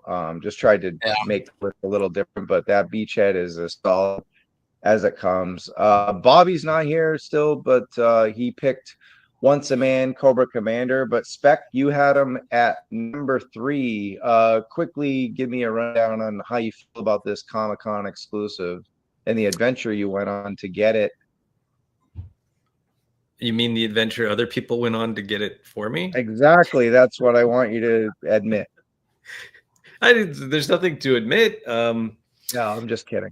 You've hunted for me plenty of times. So, but yeah, anyway. MC was kind enough to stand in line and get it for me. And then out of sheer luck, whatever, another friend of mine went and he was like, hey, dude, I'm in line. You want one of these? And I was like, yeah, absolutely. And so I was able to make sure another friend of mine was able to get one. But I had him and the Retro Cobra Commander both tied for my number 3. And like this was when they announced this, it was like, oh yes, give me this. I've been wanting this. I wanted it as a kid. I wanted it when I saw, is it LaCroix, Matt LaCroix Toys does all those awesome O-ring custom. Yep. He did a Once a Man custom, and I was like, I want this. So when they finally announced it for Classified, it was just like, I have to get this. I like Cobra Law. I love the movie. I wanted this. And then it just goes hand in hand with the retro. I love Cobra Commander. I even like the clear red shielded version. So that's why it's there. Cool. All right. And we talked about the Vamp earlier, but Clutch made both Bobby and Baldy's list in the top 3. So it's cool to see vehicle drivers or pilots or whatever wind up in our top 5, which is just amazing because they poured out. It's not that the regular retail figures are bad, Baldy. They're actually great. So it shows a lot about how much effort they put into the figures that are included with the vehicles as well. Oh, absolutely. And I have no problem with these figures being stuck behind a paywall. Me neither. So, like, getting Wild Bill with the Dragonfly, I'm fine with that. Getting Clutch with the Vamp, I'm fine with that. They nailed it with this figure. They really kind of, like, with his tattoos, the pinups on his in the tattoo. They really touched on the history of the character, the grease in the hair. I just think they nailed this. There was some reuse from Outback, yeah, and but it's proper reuse. I mean, Yep. You wouldn't know unless you were really looking for it, which is what we do when we're reviewing or when we're showing off figures. We look for Right, that. like that Outback buck is really popular right now. I mean, we got it with Night Force Falcon, which was an improvement, over the one we had last time. So you expect more of Outback bodies moving forward. Yeah, because they nailed it. But great figure. I loved it. All right, that's what's up. And yeah, Bobby had that choice. Coming up next. Oh yeah, it's me. You guys already pretty much talked about everything. I would just say about Jinx, but minus the absent ab crunch. I mean, she's pretty much perfect for me. Yeah, it's kind of weird that a ninja didn't have good, as you can see right on the right. It's just weird how they shaped it to not have any kind of ab crunch on a ninja. So I thought that was a glaring omission, but they made up for it with how beautiful the sculpts were and the weapons were cool. And I'm with Baldy. I love the tats and the wraps on the arms, and it's just like a perfect classified up version of a great character. And yeah, I mean, she definitely deserved, to any other year, she's number one, right? We just got overwhelmed with amazingness across the board. But Kim landed in my top three. Tony, you went with the Dreadnought Torch. Yep. I needed him. And another member of the Dreadnoughts, you need to fill out the ranks. I mean, I just wanted to get, I like what they did, but then I had to do my own spin on it. I customized them up. I switched out some stuff on him. I wish I was home so I could show you, but I'm at work. So yeah, man, they made him good. They made him really cool. All I did was, I put a knife on one of his legs like he had a 3 3/4 inch. I cut that big stupid knee pad off off his Rick James boots. Took one tattoo off, and on the back of that vest, I had put a Bad Mother Tattoos and Customs decal on it. It's like what a motorcycle guy would use, the rocker top, rocker bottom, Dreadnoughts Australia, or no, Dreadnoughts Florida with the Dreadnought logo in it. It fit right under all those studs on the top.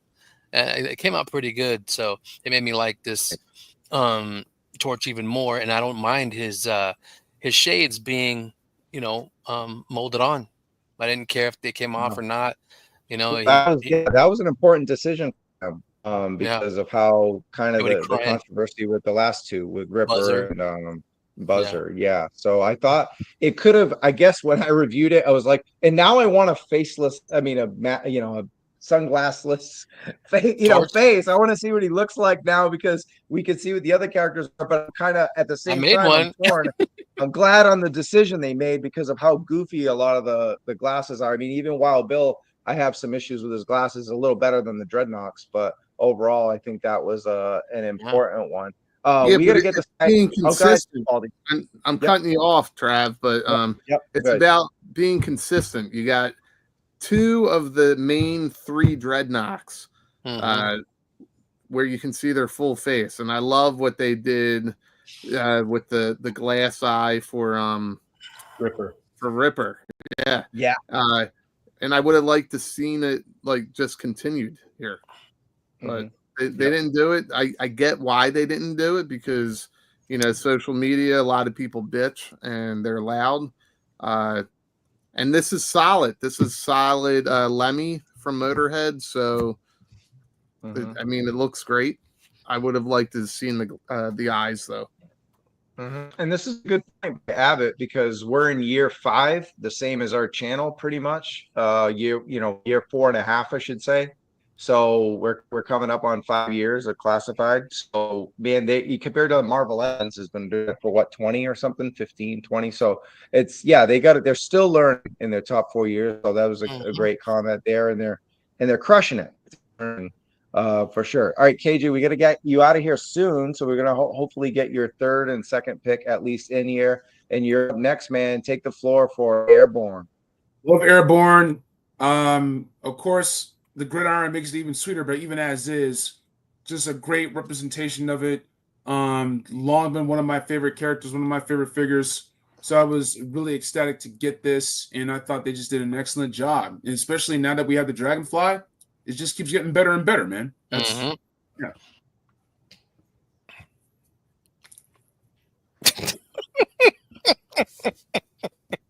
Airborne rocks. Airborne rocks. Airborne rocks. Airborne rocks. Oh, by the way, if you like what you see, everybody in the chat, holler at us with a super chat. We really appreciate it. Hit that like button. A little bit. Yeah. You're muted. You're muted. Moody, you're muted. And that's why nobody wants to give us any money. No, but look, over 120 people watching on the 200th episode of the Toy Kind of Mood. And 59 likes. We haven't got $1 yet, but that's, I regress. So look, it is lots of comments. I put them all up. I'm a nice guy. Thanks, KJ. I appreciate it.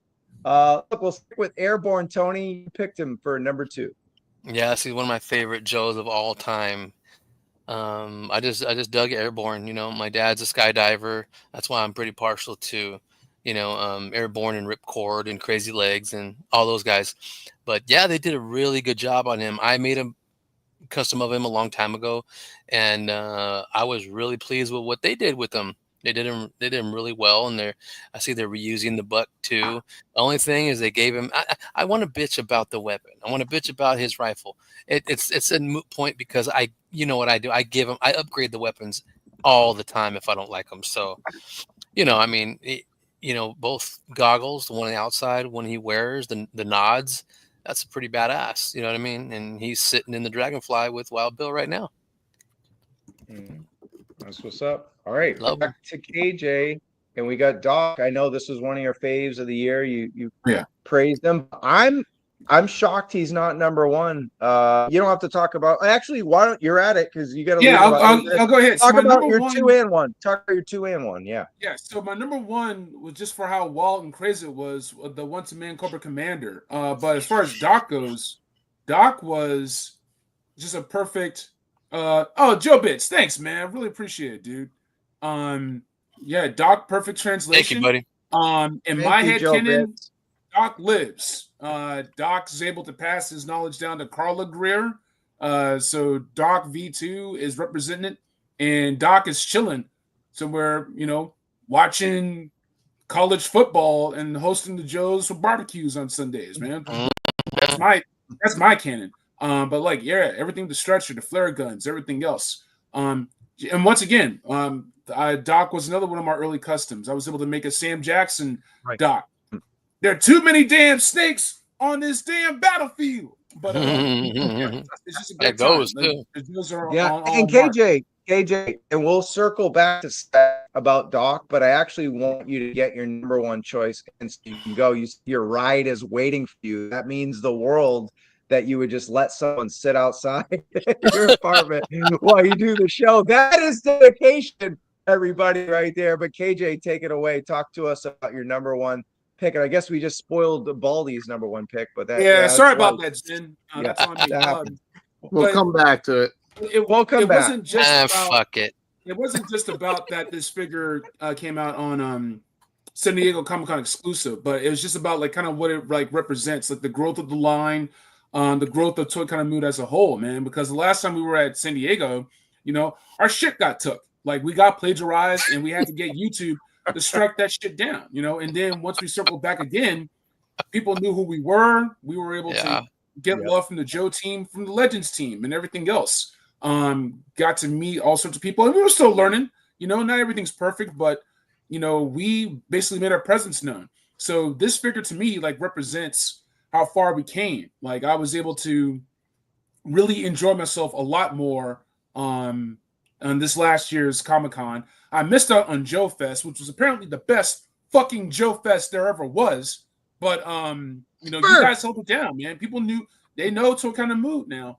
They know who we are now. They know Tony. They know Zen.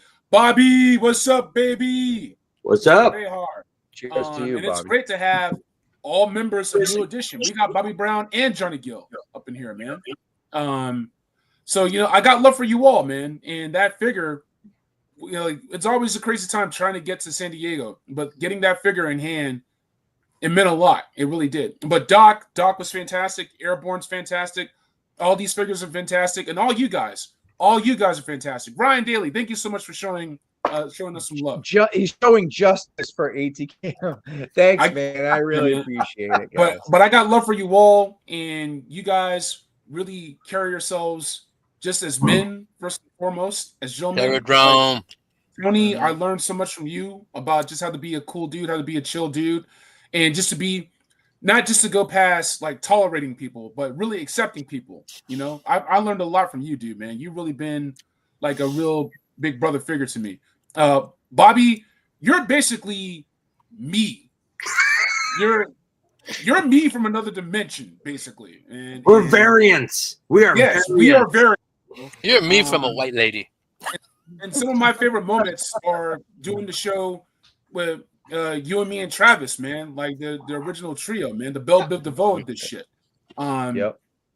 And and so whenever you guys are on Geeks Have Game, I'll flip on and like we'll just hang out and chill, basically. So everybody go check out Geeks Have Game on Tuesdays. I go. I chat with them all the time. He knows it.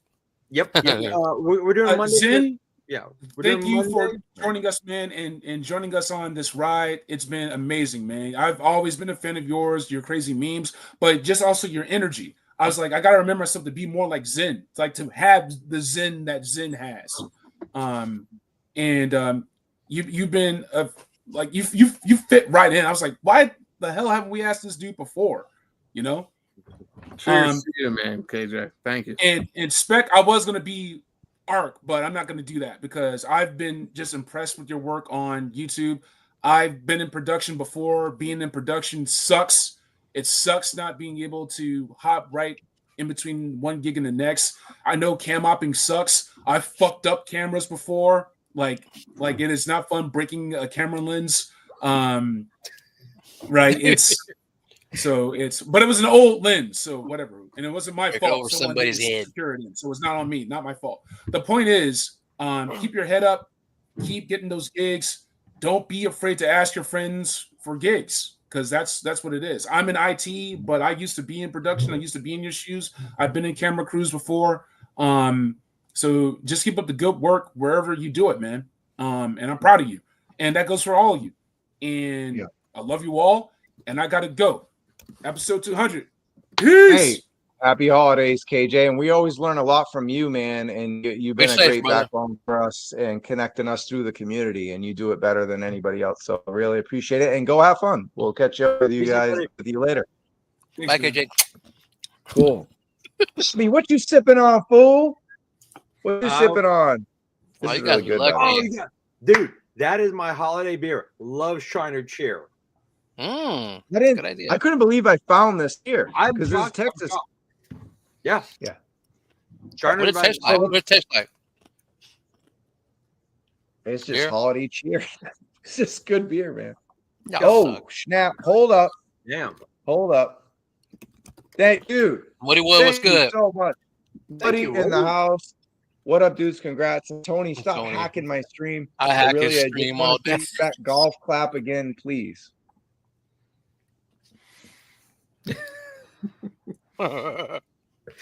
Nice. Hey, Woody, that means that old the Emilio Estevez Charlie Sheen movie. Golf clap.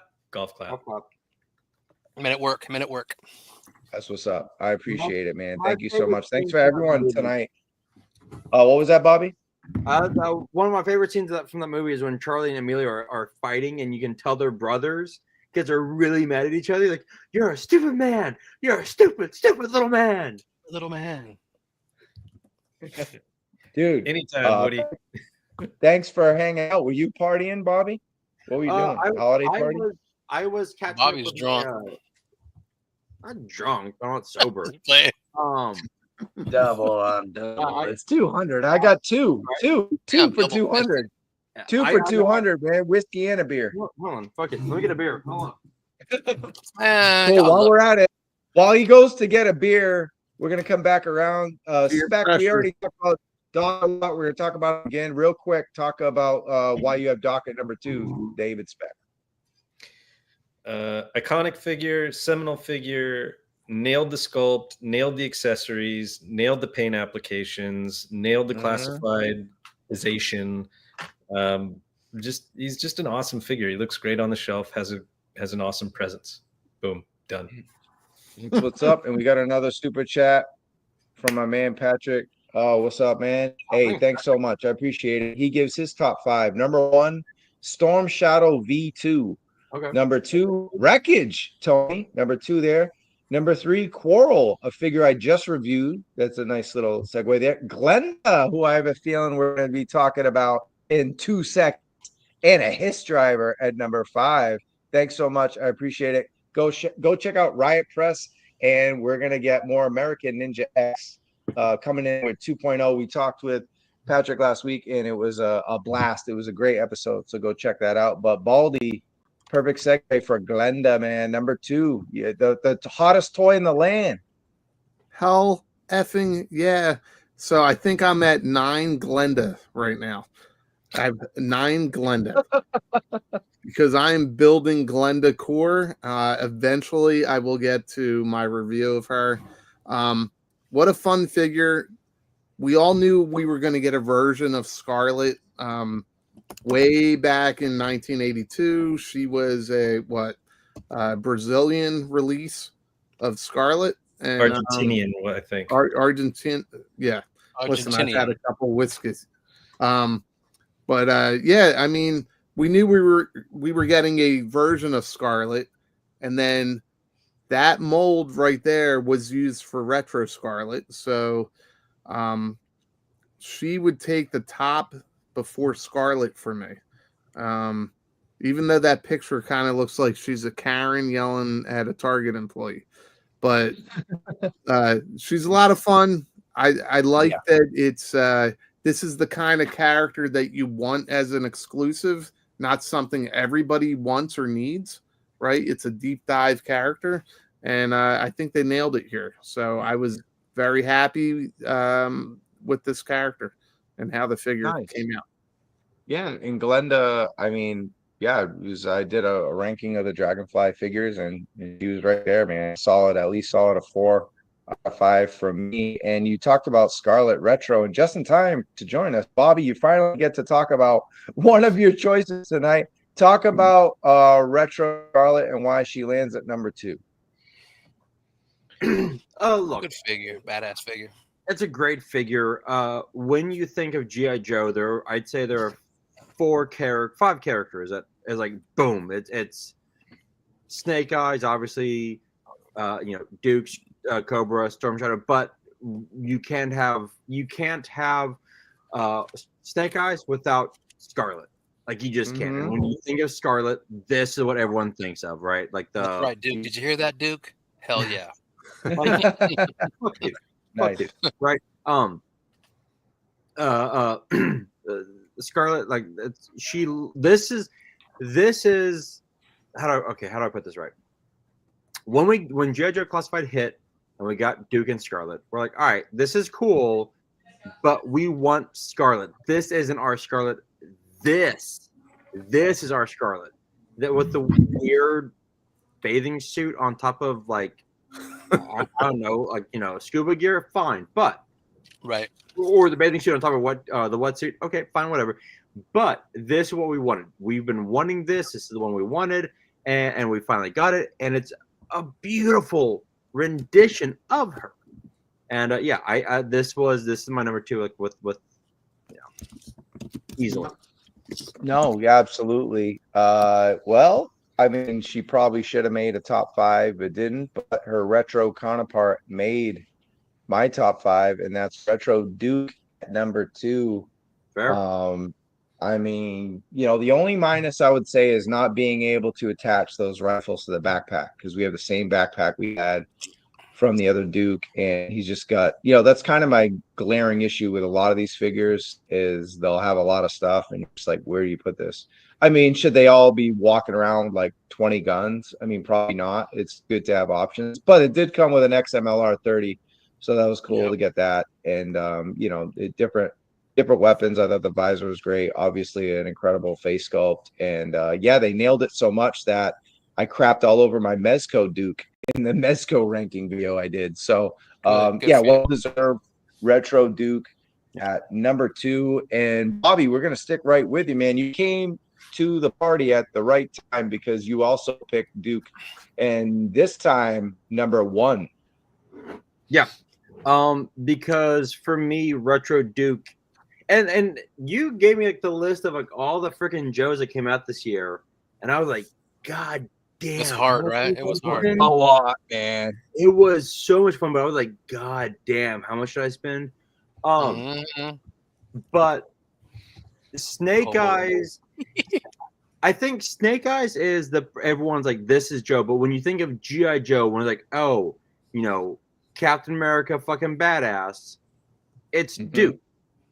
Like Duke is, for the Energon universe, for all intents and purposes, fucking Captain America. And when we got the Duke comic book, and when we got G.I. Joe, Duke is, and as he should be, front and center. He's the face again. Yep. He is the face of Joe. Like, like Marvel Legends, Wolverine is the Snake Eyes of X-Men. Like, that's who we are. But who is the face of fucking the X-Men? Cyclops. Captain America. Who is the face of the Avengers? Cap. Duke is G.I. Joe. And so, and I was going through this, I'm like, man, who do I have my number 1? And like you said, you're gonna love this, Bobby. You're gonna love this. Not to cut you off, but you're gonna love this. KJ had Retro, Scarlet, and Duke as his fucking wild card. Yeah. Okay. We gave him shit. We gave him hell for that. Him all kinds of shit. So much so that we did this to him.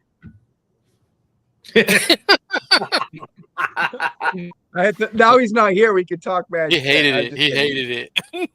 Yeah, he was pissed. He shut his screen off and everything. But no, it just messed around. I figured you'd get a kick out of that, because it's like, but he had a good explanation. He's like, we've already seen these characters, and they just got it right. But it was just to get them right. The front 2 characters minus like your Snake Eyes or Roadblock is Scarlet and Duke, and you had to get them for the babyface side. You had to get them right, and they did. Yeah, because here's the thing, real quick. If they had gotten Scarlet and Duke wrong, the outrage that would have come from fucking everyone, especially retro.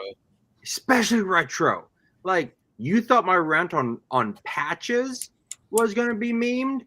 Like, everyone's rant on fucking getting this wrong would have been like, okay, everyone just like calm down and be like, yeah. No, there was a lot writing on this, because it is retro. It's, you're wanting them to look like how we had them as kids. Nailed it. Cool. And then we got to circle back, Baldy. It's your turn finally. Now go back to Duke. Yeah, please. Okay. I got a question for you, Trav. You had him at number 2. Who else said Starduster was like bad figure? I know it's the same figure. It's the same freaking figure. Yeah, but it's about like remember the hold on. Pulse exclusive. Duke is like that. Hold on, man. Starduster is a freaking PulseCon exclusive and didn't come with premium packaging. They've always done G.I. Joe classified figures at conventions or events, digital events, in-hand events, whatever, with deluxe or premium packaging. They give us a crappy packaging. You have to actually ruin the package with freaking scissors to give us a box that doesn't tape together and stick together.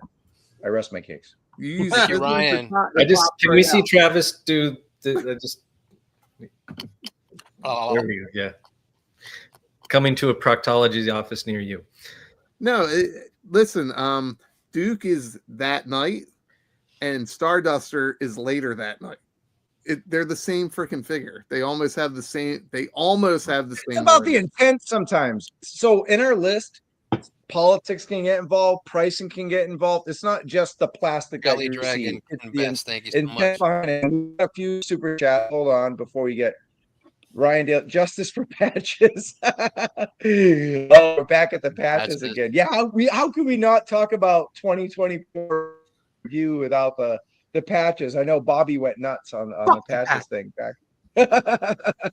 Well, we don't have the patches yet. The patches are 2025. Oh my goodness. All right, we've got a couple more folks here. Ken Best, $20. Wow, thank you, man. Bottom shelf whiskey for a top shelf crew. Happy I'll take it. Hey, we'll take it any day. We like, whatever we're drinking. That's a round of buttery nipples.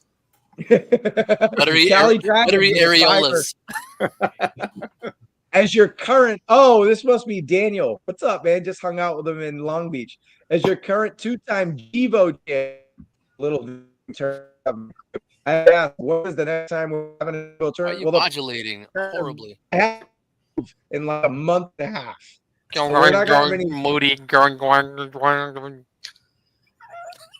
I feel better than I'm in the garage and my shit isn't doing that. Dude, on Zoom meetings, I pretend to freeze, but then Pac-Man is still moving behind me. What a dick. So this isn't working. It's a little jacked up. Dude, it had to work. It had to be a Toy Con 200 where my Wi-Fi goes to Get off the AOL. He's got Juno. All right. Well, Gina, get off the game. No, nobody's. I'm home alone. I know. I'm just kidding. Who's on the Switch? Go, Baldy. All right, listen. Go, Baldy. Go, Baldy. Cobra La. No. You can zoom in on me on this one because with this, Cobra La unholy hell is when G.I. Joe fucking jumped the shark. Okay. Yeah. I was never a huge fan of Cobra La. I wasn't a huge fan of the storyline, but they nailed this fucking figure. This is like, I know so many people like the G.I. Joe movie way more than I do. And this is what an exclusive should be. They nailed it. I mean, the sculpt, the face, everything about this, they nailed. They should have included the skis because they jumped the shark. But they really did nail this figure, and I loved it. It's just a fun. This is a good exclusive figure. So is it really lighter than the retro Cobra Commander? Brighter. Really? Yeah, the coloring is definitely lighter. So I would have liked, since they were released so close together, I would have liked that they would fucking just match up so that people could do that. That they could kind of do that, like the different stages of Cobra Commander. And they didn't. That's where they kind of botched it. But whatever. They nailed it. The only problem I have with this as an exclusive is get them out of the fucking numbers. Get them out of that number system that's classified. Your exclusives should be kind of like that Fortnite Snake Eyes. You know what I mean? Where non-numbered 00. It's non-numbered. Somebody could get it and just not have to worry about being a completionist, because it really does screw with people if they're trying to get this and then they're paying a premium just to finish out a numbered system. You know what I mean? But that's my 2 cents. Cool. All right, Tony. Night Force Ripcord, baby. Night Force Ripcord. I've been waiting for a regular Ripcord. This is what I get, and he looks totally cool. I made the regular one, camouflage, and it's the way they did him was sweet. I'm not mad at the weapons are reused. Those are the ones that I don't mind. Those are cool. And everything with this guy came out pretty freaking awesome. You know, updated his helmet as it's supposed to be. You know, back in the day, it was just like that little black dome, you know, parachutist helmet. And they made it a real, you know, co-pilot type. And no, man, I loved it. He looks really good. This is my number one. Like I said, all the paratroopers and all the jumpers, they're pretty badass, and they did a good job on this one. I didn't have to do another head sculpt, but it throws you call back to the OG. You know, his little reddish brown hair. You know, I keep one of my favorite all time stories was him going up against Zartan on Cobra Island. He was looking for candy. That shit was crazy. So yeah, Ripcord's badass, dude. Nice. Bobby, you kept your figures and you might be getting rid of the dragonfly, but you kept this one. So what does the Night Force Ripcord mean to you? Honestly, it's more Wild Bill and Glinda, but it's such a great looking figure. I didn't want to sell my dragonfly. I have it up on Mercari right now and eBay. But I really didn't want to get rid of him. But he looked the helicopter it just looks awesome. But this figure just looks so goddamn cool. Right.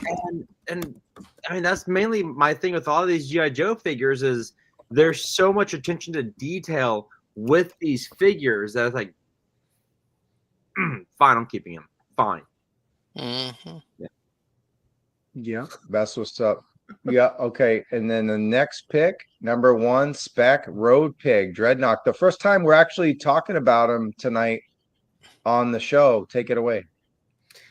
I mean, I know he's controversial to some, but he's just a big chunky dude. The head sculpt, I love it. I know some people don't, but I like the broken birds of the nose. I like the goofy one with the missing bottom teeth. I love that they gave him all those extra accessories, the big pig head, the optional mask, the riot shield, the really badass pig-headed hammer or boar-headed hammer, the old cinder block. Like, he's just great. And I mean, yes, I can have the same criticism that everybody else has, that this is a very difficult to read tattoo, but in the honor of Dreadnoks, my story is that, you know, it's a crappy tattoo that he got at some shitty biker bar from some shitty biker bar tattoo artist. And, like, the colors have just like sort of bled over the years, and as he's kind of gotten bigger and more bloated.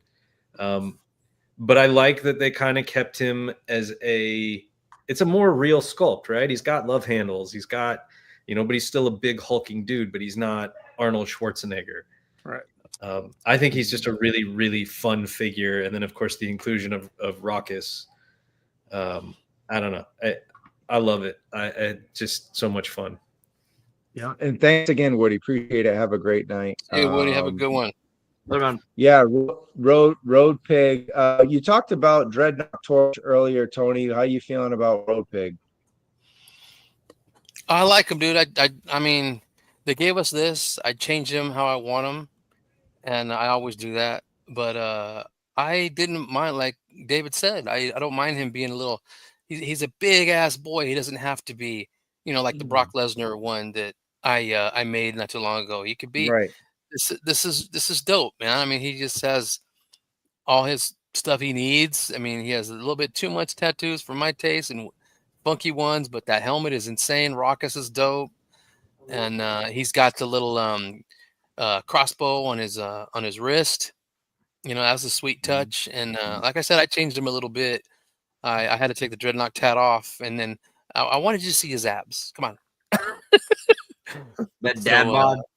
Yeah. So I like this head sculpt, but I got another head sculpt from Fairy to Workaholic. So but you can do a lot with this figure like that. And he's the big boy of the Dreadnoks. You need him. You know what would actually be a good, am I still like cut up and frozen and all this shit? I gotta know. Is it working? What'd you say? Am I okay? It's all right. No, you're all right now. You're all right. Don't mess with me. I'm trying to get the show going. Look, I thought of a video or a live stream, Tony. And because tonight you're at work, man, you got your top 5 in. Thank God, right? But I thought it would be cool for you to do a video or where you talk about maybe your top 5 or 10 changes that you made and like stuff you did, like your own top 5 or 10 figures, right?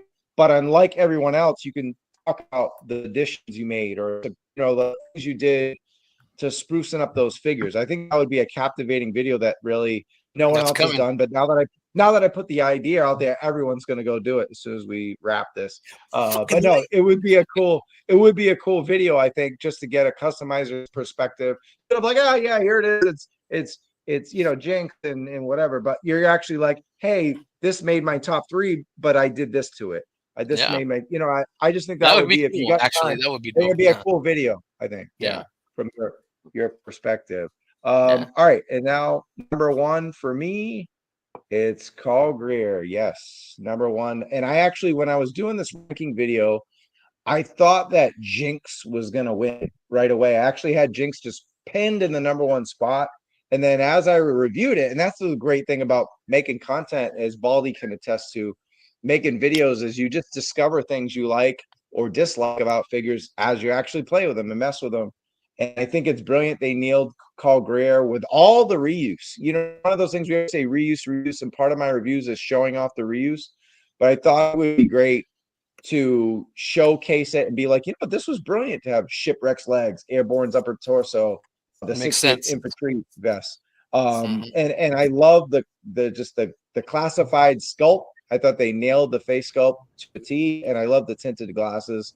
I thought that was a nice touch. And yeah, the stretcher has some issues or whatever, but other than that, I mean, you can always get a third party or wait for another one. But other than that, I thought they really nailed this character, and to my surprise. So Doc was my number 1. But I want to ask you guys, what was a figure from 24 that we didn't mention tonight that you're a little surprised by? I'll go with you, Spec. Was there something, anything that didn't make any of our lists, or I don't know, just kind of?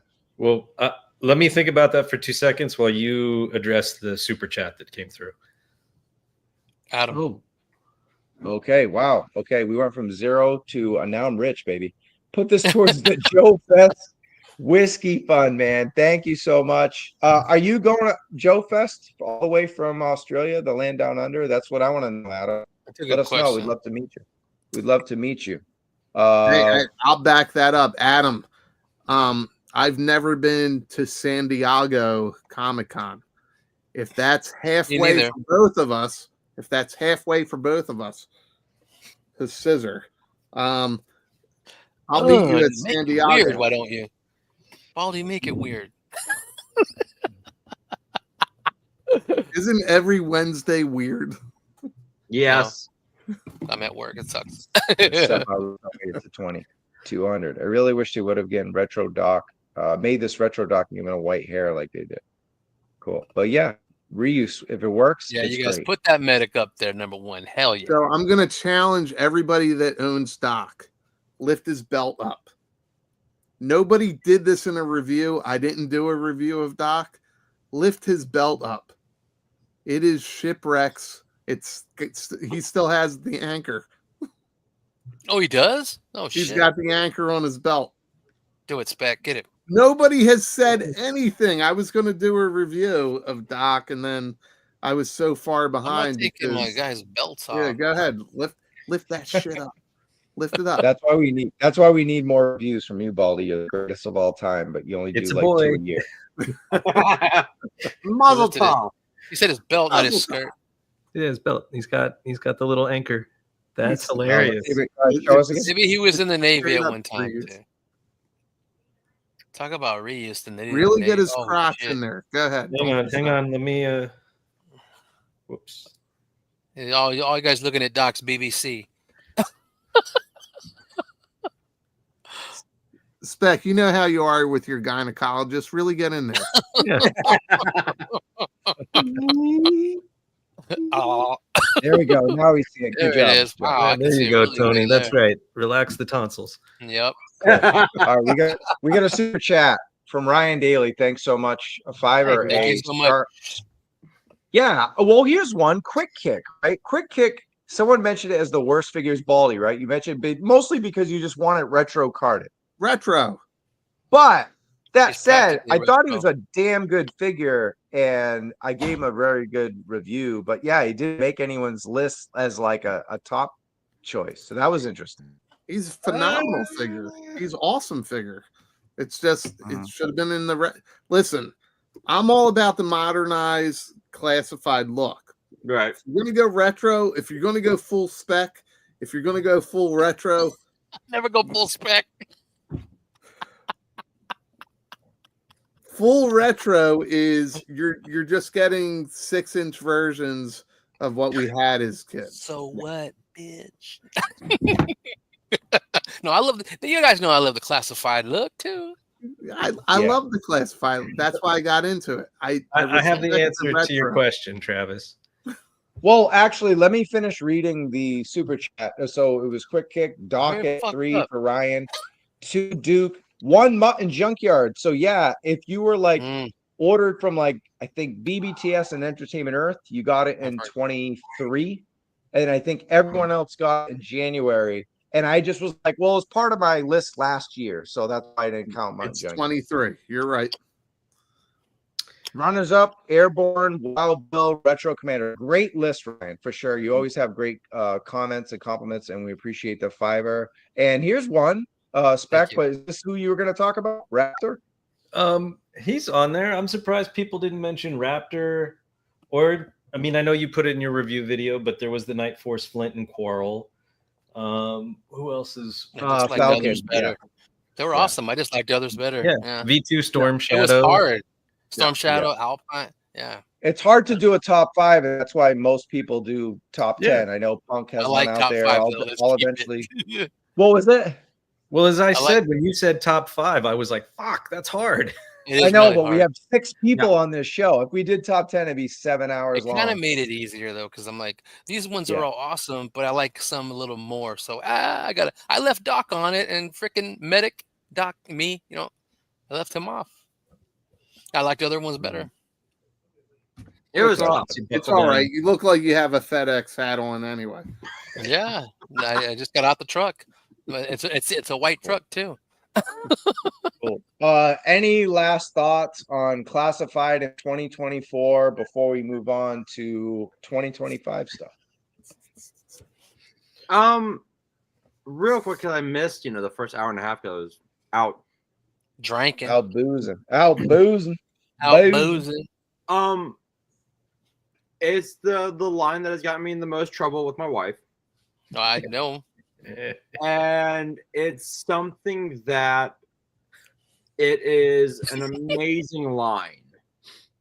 Ugh, Jesus Christ. these It's an guys are amazing filthy. line. These filthy bald heads. And like I've said before, like it's one of the like I was not a GI Joe fan growing up, but Classified has made me a GI Joe fan. Like I would not have gotten into the Energon universe if not for Classified. It's just how it is. So it was tough doing the top 5. It was tough putting this together. My worst was easy. My worst figure was fucking like I'm like, oh yeah. His chat Later, was Vlad. like, huh? Vlad's out. Oh, later, Vlad. Peace out. Thank you so much for the congrats, and we love you too, Michael. Hey, Thank buddy. you so much. Original to a kind of mood. Right. Look. Oh, no, I like this. I have to ship. Like I got in trouble today because my Alpine like dinged me. I'm like fuck. But it's I wouldn't have gotten into Duke. I wouldn't have read Scarlet. I wouldn't have read Cobra Commander if not for the Classified line. It's fucking great. So yeah. Yeah, and that's what we love to hear, getting new people in a classified, and hopefully even younger people in the future. I think the what is it, the Mega? I think that'll do a good job, and hopefully we've been asking this for 4 years now on the show. Tell us a new animation or an anime. I think anime, especially for younger kids, getting kids into line. But that's like a whole nother show. Baldy, any last thoughts on Classified for 24? Are you going to do a video, a wrap-up video? Maybe. I want to make sure that Bobby's okay. Can you blink twice if you're safe? I don't know where you are right now. Yeah, he's in the garage. I'm in my parents' garage. Okay. Yeah. See. Yeah. Damn, they got a real bunch quick- of cool shit in there. there's my drum set right there. The Walking Dead. Nice. Like real quick, Travis, did y'all go over the worst of 2024? Yep. Yep. Yeah, that was my easiest. waste. I don't think I've ever had an easier time picking the shittiest figure over the like because you were like because I seen you in my top 5 because like my top 5 I was like man, this is tough. Like I was like moving things around and then you're like oh, where's your worst? And this is actually a very well put together garage. Like, let me just There you go. And relax on that OG sofa. oh yeah, that's my balls. It's like that 70s show. Let's exactly. do the 360 and smoke some. But when Travis goes, "What's your worst?" I went back to the list. I'm like, "Oh yeah, the Tiger Force fucking like 2-pack. That was a BS fucking." Yeah. I still see that fucking Target. I'm like, "This is garbage." It's still there. It's still there. Oh, it's still there. It's Like not 5 of them. It's not as bad It's on as sale or clearance right now. it's not as dude. Like here's the thing: you could give me that. I'd be like, "Thank you," and then go to my comic shop and sell it because it is so goddamn ugly. That's just the color paint scheme- schemes. That paint scheme is so fucking bad. You know that scene in Clue where Somebody's gonna come in here killing. yeah, you know that scene. You know that scene in Clue where she goes and I love Clue. flames. What out of my like? That is when I see that goddamn 2-pack. I'm like, that is the worst thing I have seen next to Falcon's face, and that is a 2-pack. The figures are great. That paint scheme is Falcon's face. It is so bad. I Bob, know I missed my rant. I didn't have a rant. let me ask We you a needed question. one for 200. We needed one. Thank you. Did any of you guys had GI Joe underoos as kids? I'm sure I No. did. I just don't remember. All right, No, that's what this. I stuck with DC. All right, that's what this 2-pack looks like. The inside of those underoos. Show me your crotch. Like Show me your junk. Dude, that tripwire is fucking. you know awful. what that kind of reminds me of? Remember that scene? Tripwire's dope. The paint job sucks. Yeah, remember that it's the Family paint job. Guy? You're right. Remember the Family Guy where Peter goes, "This is worse than when I was in the army," and like you see like all the guys like in their camos, and Peter Griffin's dressed like a clown, and he goes, "You guys are in trouble. They'll be looking for you, not me." That's what that Tiger Force reminds me of. When Peter Griffin dressed as a clown going through the forest. There we go. Well, Bobby, you weren't here earlier, so when you look at that crap, right? Yes. And I'll go with Tony. Tripwire's he's fantastic, but that paint job is all for Tiger Force. Yeah. So what do you think about Wreckage? Oh shit! Hold on. Who's Tiger Wreckage? Paw. Tiger Paw. Right? I know.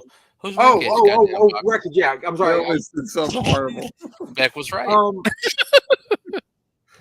I didn't hate him, but here's what it was. I sold him. To the elbow. I sold Wreckage, and I sold that, and I looked at it like this is cool-ish, but I don't need it because it looks meh.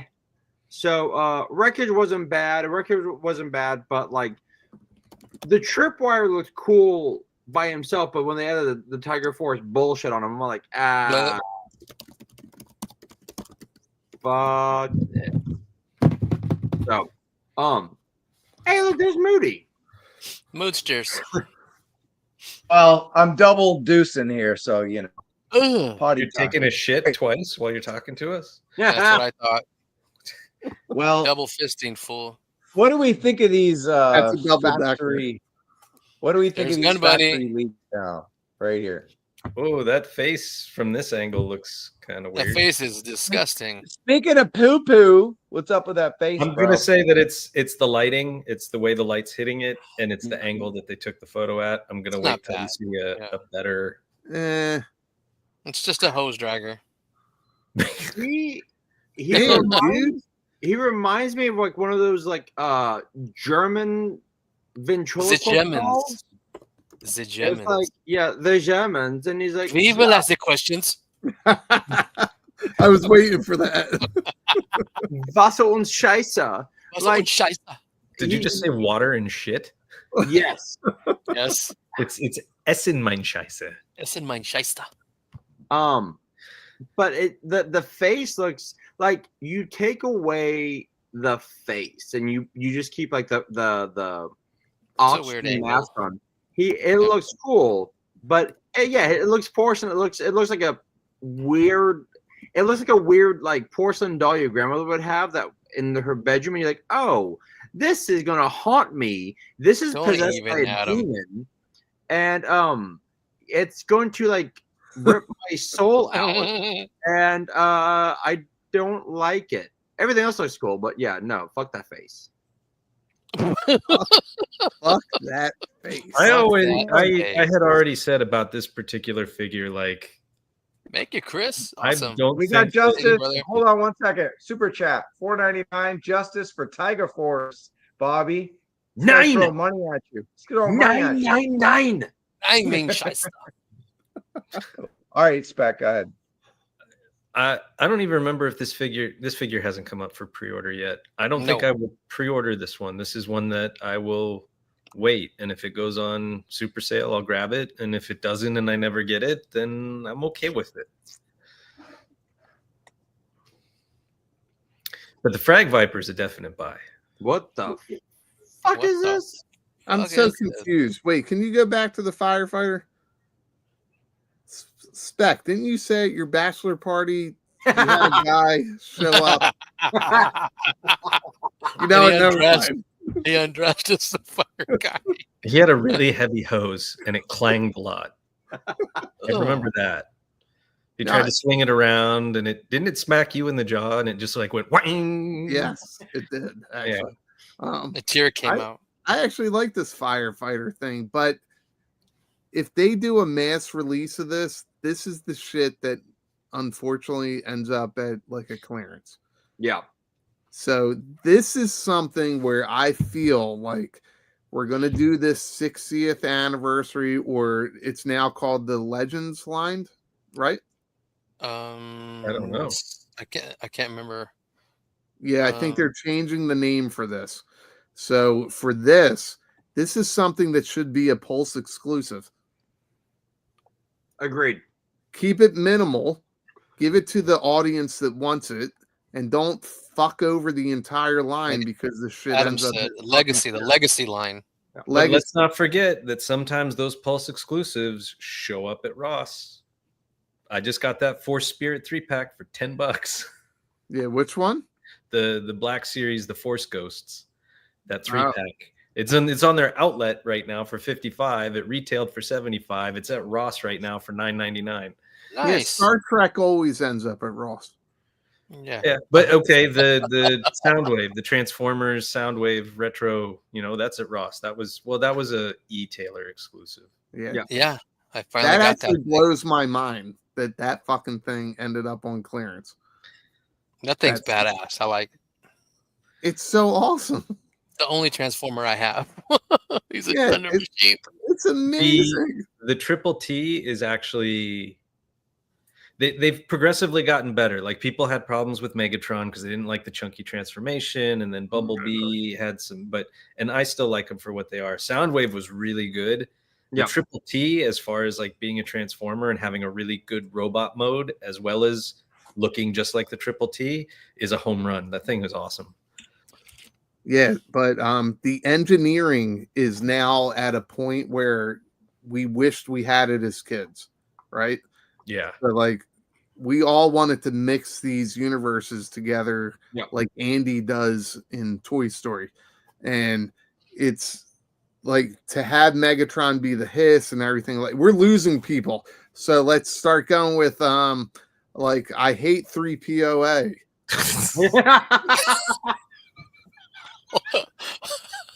I thought you were saying 3POA.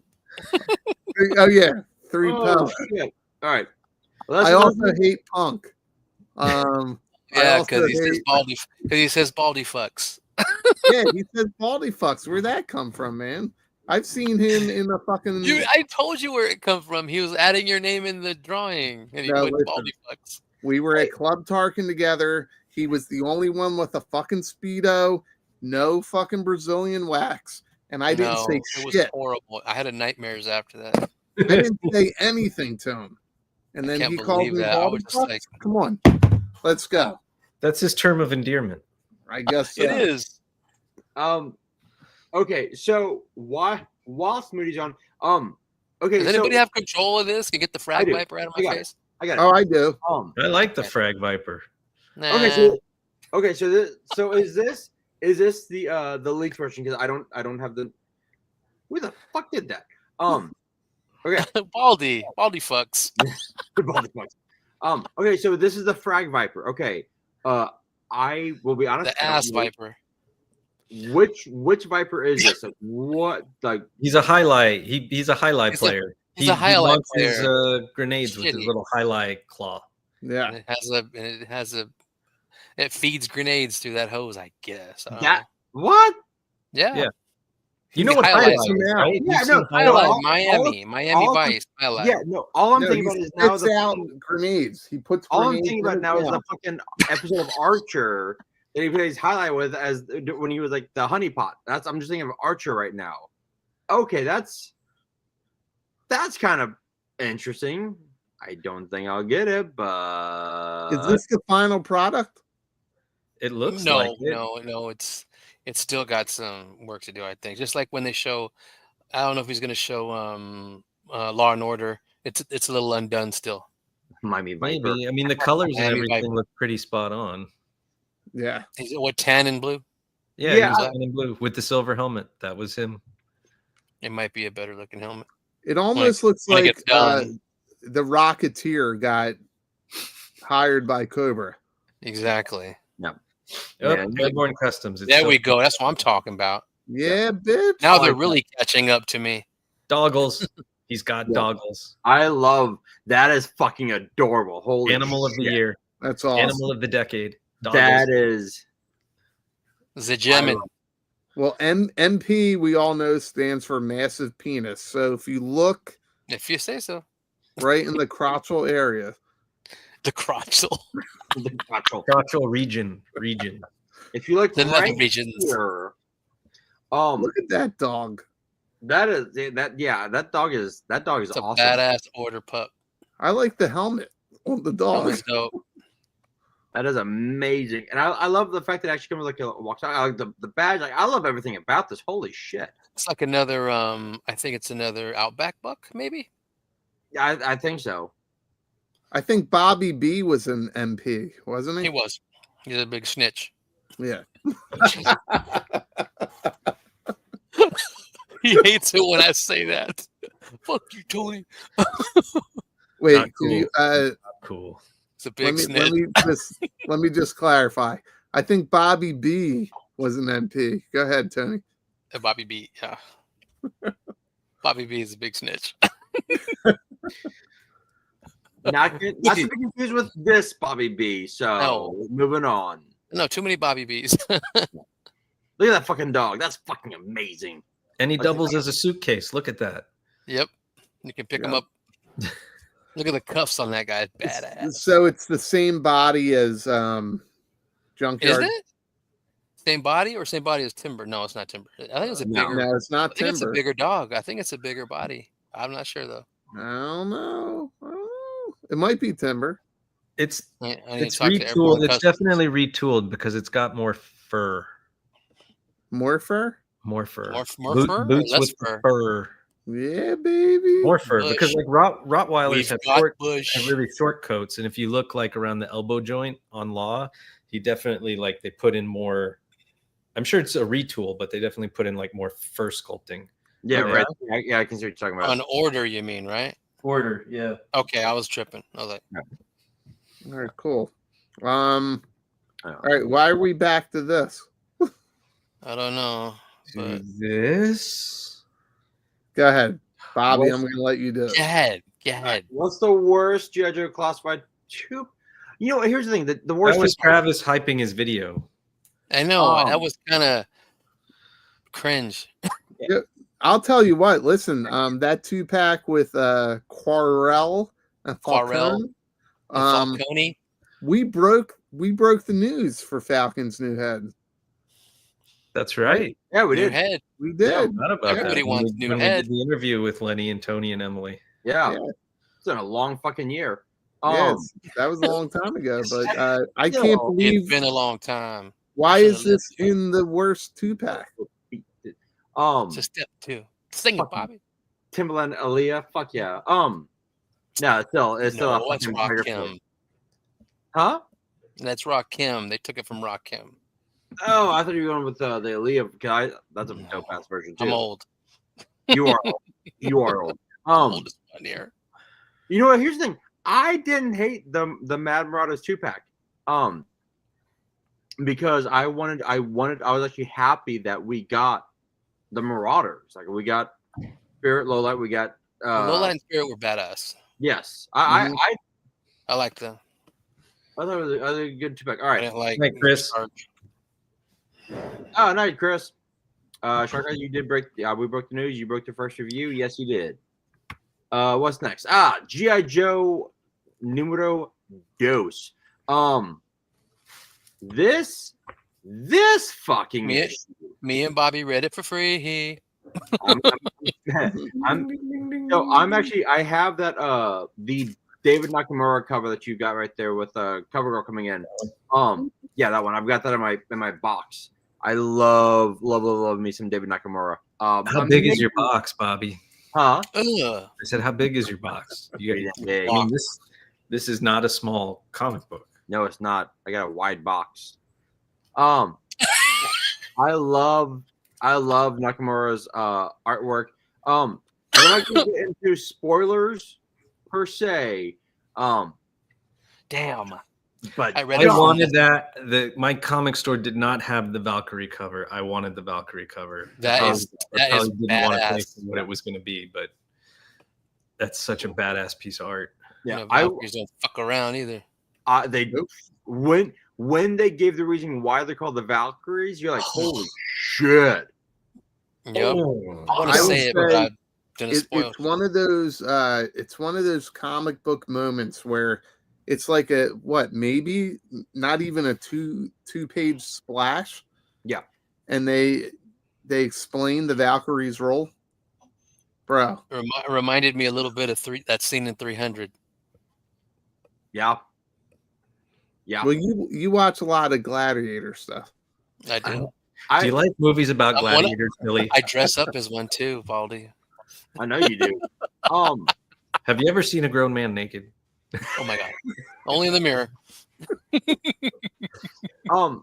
I will say this because I will always say Joshua Williamson's writing is fantastic. Whether it's on GIJoe, whether it's DC with Superman, the dude always and it's because he understands the characters and he nails these characters. And that last panel, holy fuck.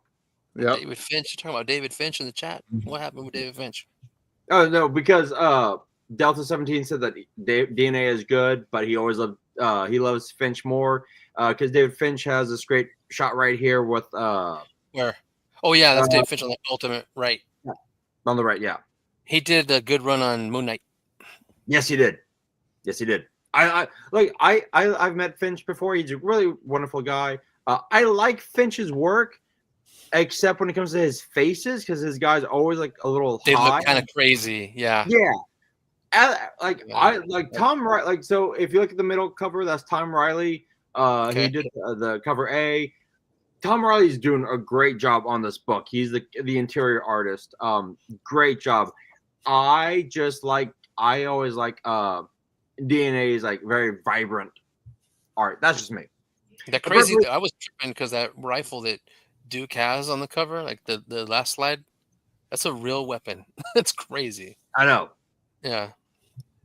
It looks weird as hell. It does. And then Abbott, I can't fault you. I loved Finch's run on Ultimate X-Men. Like, Finch is a great artist.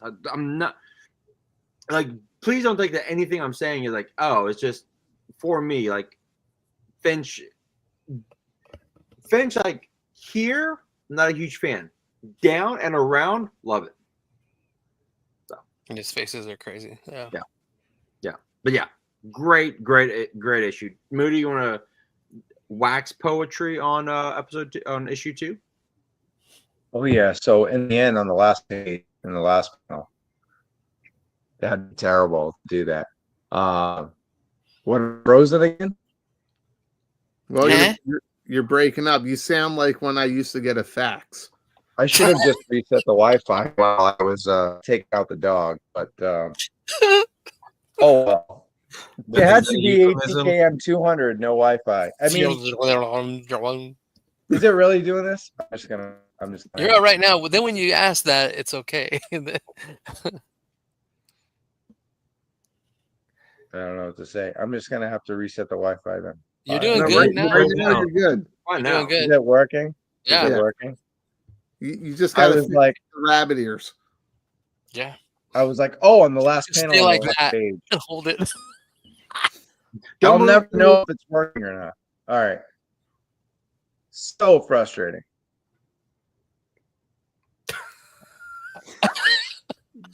Okay, last panel, last page. Go on. Continue. No.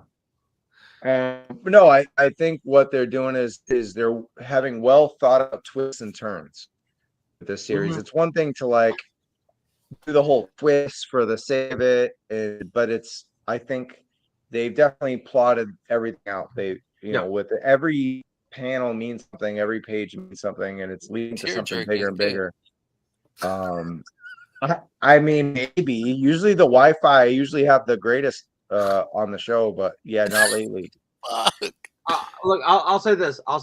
Moody, you just kind of touched on something, but Williamson is doing it to GIJoe. What they're doing on Transformers is they are establishing that this is high stakes.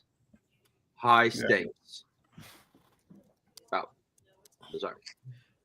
Well, Thank it's you, not Sarah. just high stakes, Bobby. It's that they're not that they're reinventing the characters, but I don't think this is a spoiler. I'm not going to say anything, but there's one panel that features CoverGirl.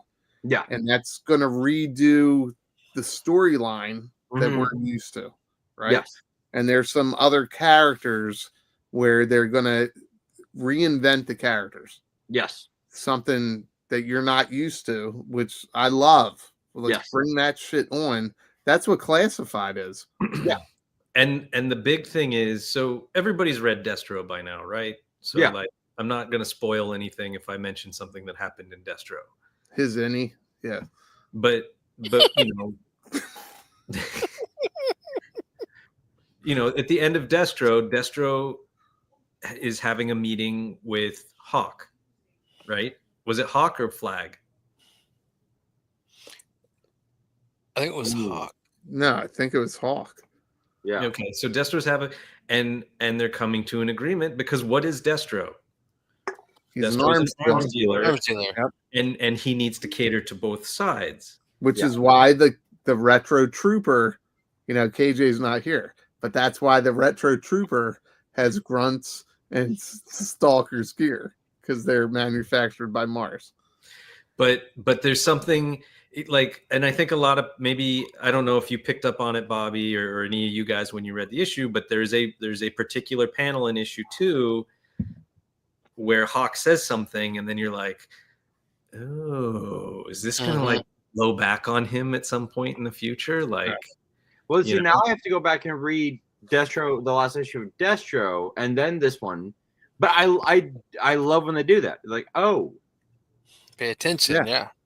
Well, it puts characters like Hawk, who was we always like had him on this pedestal of like the ultimate GI Joe leader, the general, the moral compass in a sense, and he seems to be living in a gray area right now, which we saw in Duke and we saw at the end of Destro, and if you go back about I'm not even going to pretend to know how many years ago it was, but he was a pivotal point in the Agent Helix backstory.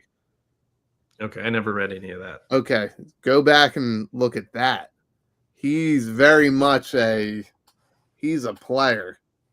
Hawk? And he brings in Agent Helix as, we need to train her before fucking somebody else does. And he's very much like, all right, he's their Nick Fury. Yeah. Yes. He's very much, yes, that's a good way to put it. That's awesome. He's their Nick Fury. So yeah. He's not as innocent as you would think. They're playing more into that now, but if you go back to Agent Helix's like backstory, this isn't the first time we're seeing Hawk like this. Okay. Well, for me, it's the first time I've seen him this way, but I think it's very interesting because if they do choose to visit that at some point, like things could blow up for him, and it'll be curious to see where he comes out the other side of that. But then the other thing is high stakes. I mean, they've gone like nobody's safe, right? We all saw how issue 1 ended. Yeah. And it's resolved in issue 2, and I'm not going to say how it resolves out, but like obviously anybody can be targeted for anything or become injured or whatever. And then the bad guys are truly a threat, right? Cobra Commander is not your typical buffoon. And even when you're reading the comic and it does seem like, Joe's might win, Cobra might fuck up. Commander's sitting there going like, it doesn't matter if we lose this thing. This wasn't the objective. It was this. So like, we're still getting shit done and making things happen and still being a clear and present danger. And like, well, even just to the real stakes, like look at Transformers. That first issue, it started with Bumblebee, a fan favorite, my number 2 favorite Transformers of all time, getting double tapped. No, I didn't read that one. Thanks a lot, Bobby. You're just a year behind. I'm sorry, just a year behind. No, I'm just kidding. I have it. No, but we're getting the Resolute version of Cobra Commander. I am not a buffoon. You know what I mean? I don't know what you're doing, Spec. I'm going to go to the bathroom. All right, so Mom, I'm online with my friends. It's working. I'm going to take out the. Mom, meatloaf. I like how. All right, so what happened in the last 2 minutes? What happened? 5 minutes. Comics. We've just been talking about the comics. Yep. Okay, cool. Yep. All right. Is that it? Where's the? When you left, the slides disappeared. Oh, they did. Yeah. Got it. Yeah, sorry. It had to be a Toy Kind of Mood 200 where the show just goes haywire. But well, for those still sticking with us, thanks everybody for helping out and taking over while I was gone. But yeah, man, where do we go from here? What do we want to see when a Toy Kind of Mood gets to 300? So let me just talk about, because I know everyone waxed poetry on fucking a Toy Kind of Mood. So I'm gonna solo myself for a goddamn minute. Is this going to be an iambic pentameter? Please tell me yes. Is there another rant coming? No, frozen, or is that just on my end? Not another round. Damn it. There will be plenty of times for a rant. But look, this whole fucked up channel came out of a time when we were at kind of a low point with the pandemic, right? Like Moody and Ronnie came up with the idea, and Travis goes, "Hey, can you edit this?" I'm like, "Fuck it. What am I doing with my life? Whatever." What am I gonna do? and it's been now 4 years, and this is a group of guys that has gotten our fans, but me, through a very low point in my life. Granted, it's got me in trouble with my wife because I bought toys for the show. Like I'm buying toys for this. But this group, this channel, after my brother died, was the first time I laughed and didn't feel guilty. Like Spec and Zen and Tony and KJ and Travis, who weren't on the show, but Travis too. Like, y'all made me laugh that at a time where I felt guilty laughing. I felt guilty being human. I felt guilty just existing. And a toy kind of mood, of all fucking things, made me feel normal and made me feel like y'all made me feel like I would get past this. So where do we go from here? Well, fuck, I hope I don't have to go through that again. But regardless, I know people have watched us and said, hey, y'all are my favorite show on Wednesday nights, which is insane to say, which is insane to think that we fucktards, we marry few men who are going, hey, Spec, I hope you're not fucking playing with yourself right now, right? Like, we do shit. We say shit. We have fun with one another. And people are going, oh, people are going through shit that we don't know about. And right now, people are going through shit that we don't know about. But if we can bring any levity, the reason why I love writing, the reason why I love entertainment, the arts, is because people are going through things that we never know what they're going through. But if we can bring just a fucking semblance of normality to their life, I will forever be grateful to record Torque on the Mood, and I will forever do this fucking show whenever Travis is like, hey, you want to do this?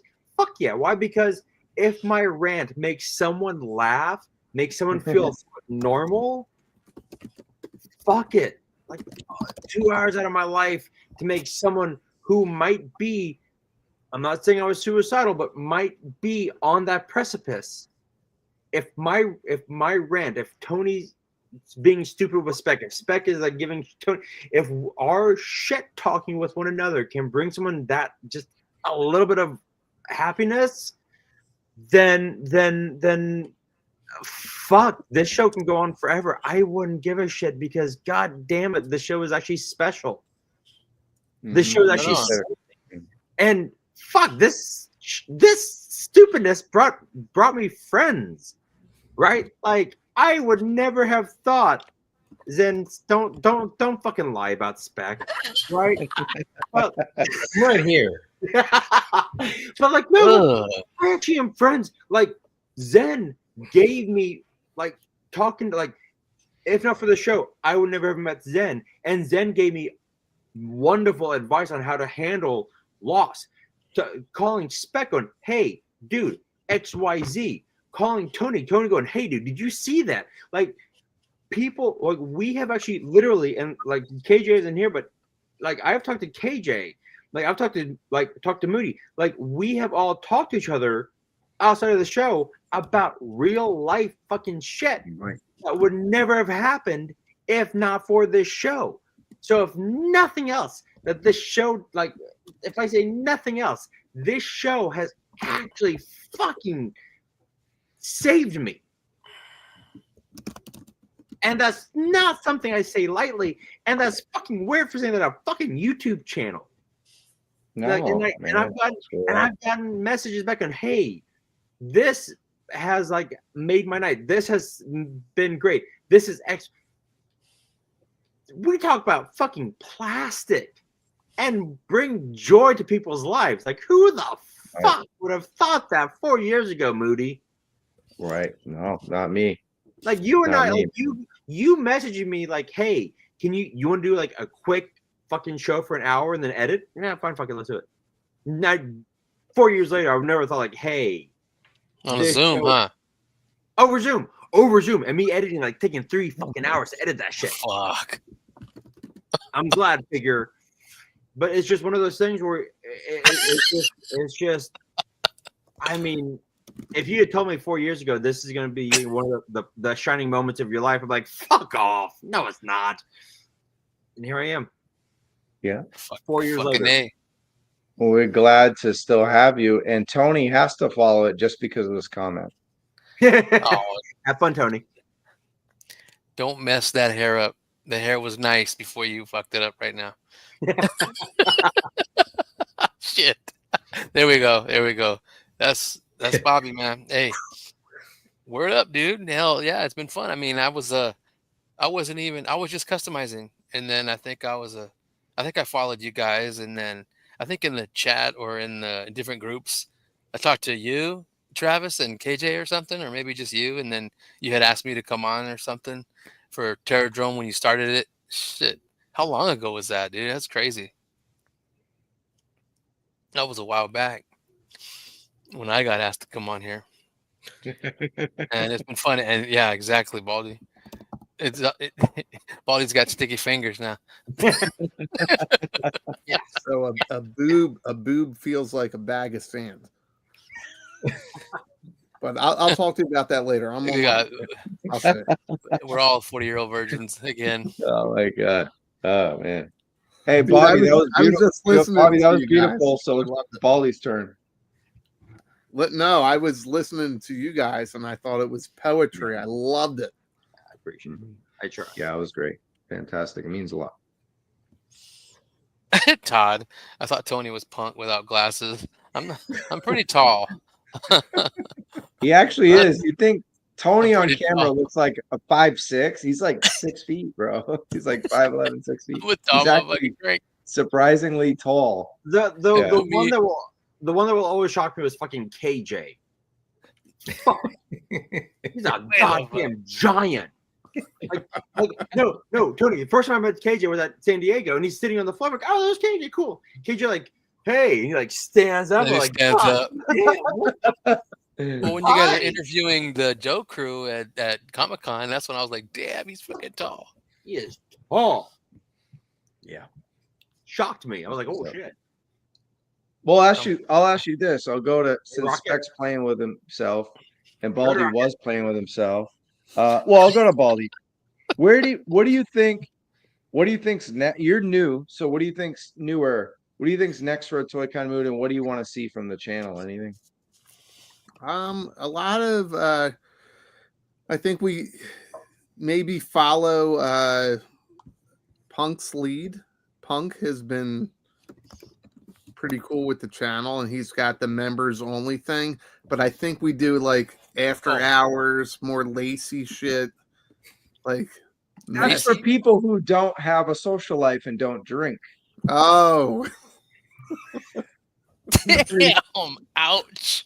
Hey, Punk didn't even check up on us on our 200th episode, and I try to check in every Monday, even if I'm out. I support that motherfucker like there's no tomorrow. Instead, we get shady comments throughout the internet about what we do. I know. I get. Bro, at least show up and say hi, and then go back and jerk off to like He- the Hong Kong review. Come on. He says Baldy fucks to me, and if I said something crazy like a punk bitch with toys, he would get upset. Oh yeah, there'll be a whole 3-hour show about it. Yeah. Yeah. But here's where I On give that him credit. I got He to has call, the guys. same- I got to go. All right, Tony. Hey, it was Buddy. perfect. We're here all night. See you, buddy. All right, man. Let's Yeah, see if buddy. you're here when I come back. Probably not. All right, man. Later. All right, Tony. But here's where I'll give him credit, right? Because he'll literally be like, I don't have a topic tonight, this Monday, Toy Ramblings, and like 100 fucking people will be watching him every Monday, or 85. And KJ said it right. He's like, that dude built an entire fucking community to the point where, you know, Punk's great as a one-man show. I could never do it. I tried at Toy Con Mood at night. To me, it didn't work. But for him, he does it. But it's the community he built. It's very consistent. I think ours is topic-based, GIJoe Classified tonight, and we had 120 people.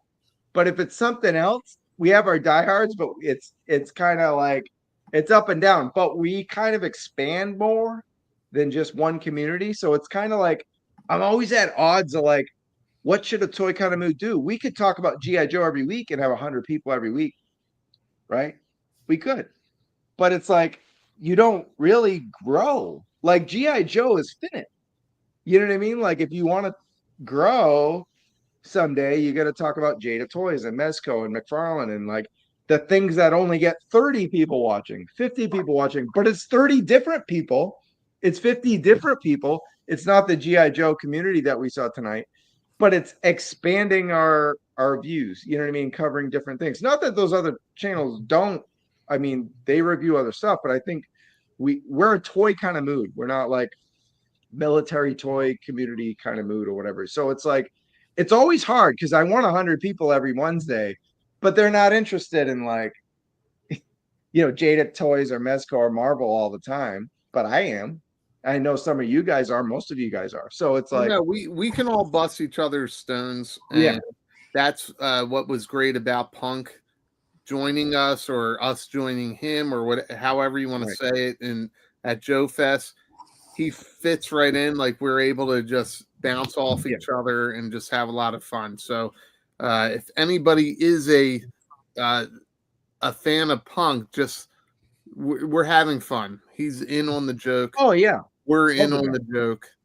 And somebody mentioned that he's like 5'3". I look up at Punk. That's how short I actually am. So just you're a real life Keebler elf. You're a real life Keebler elf. You're like 3'11". I'm a real gnome. Yeah.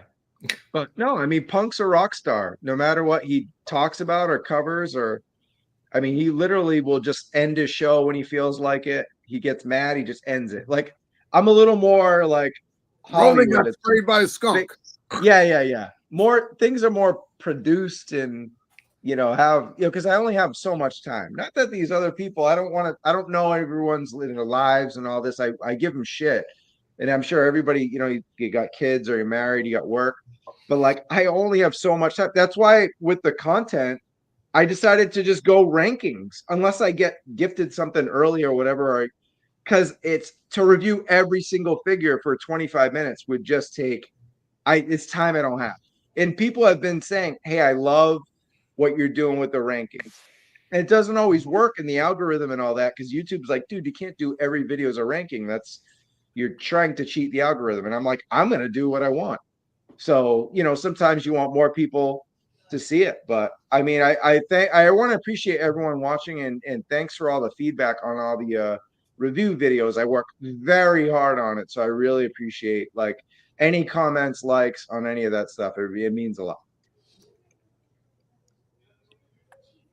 Trav, you did a hell of a job, buddy. Golf clap.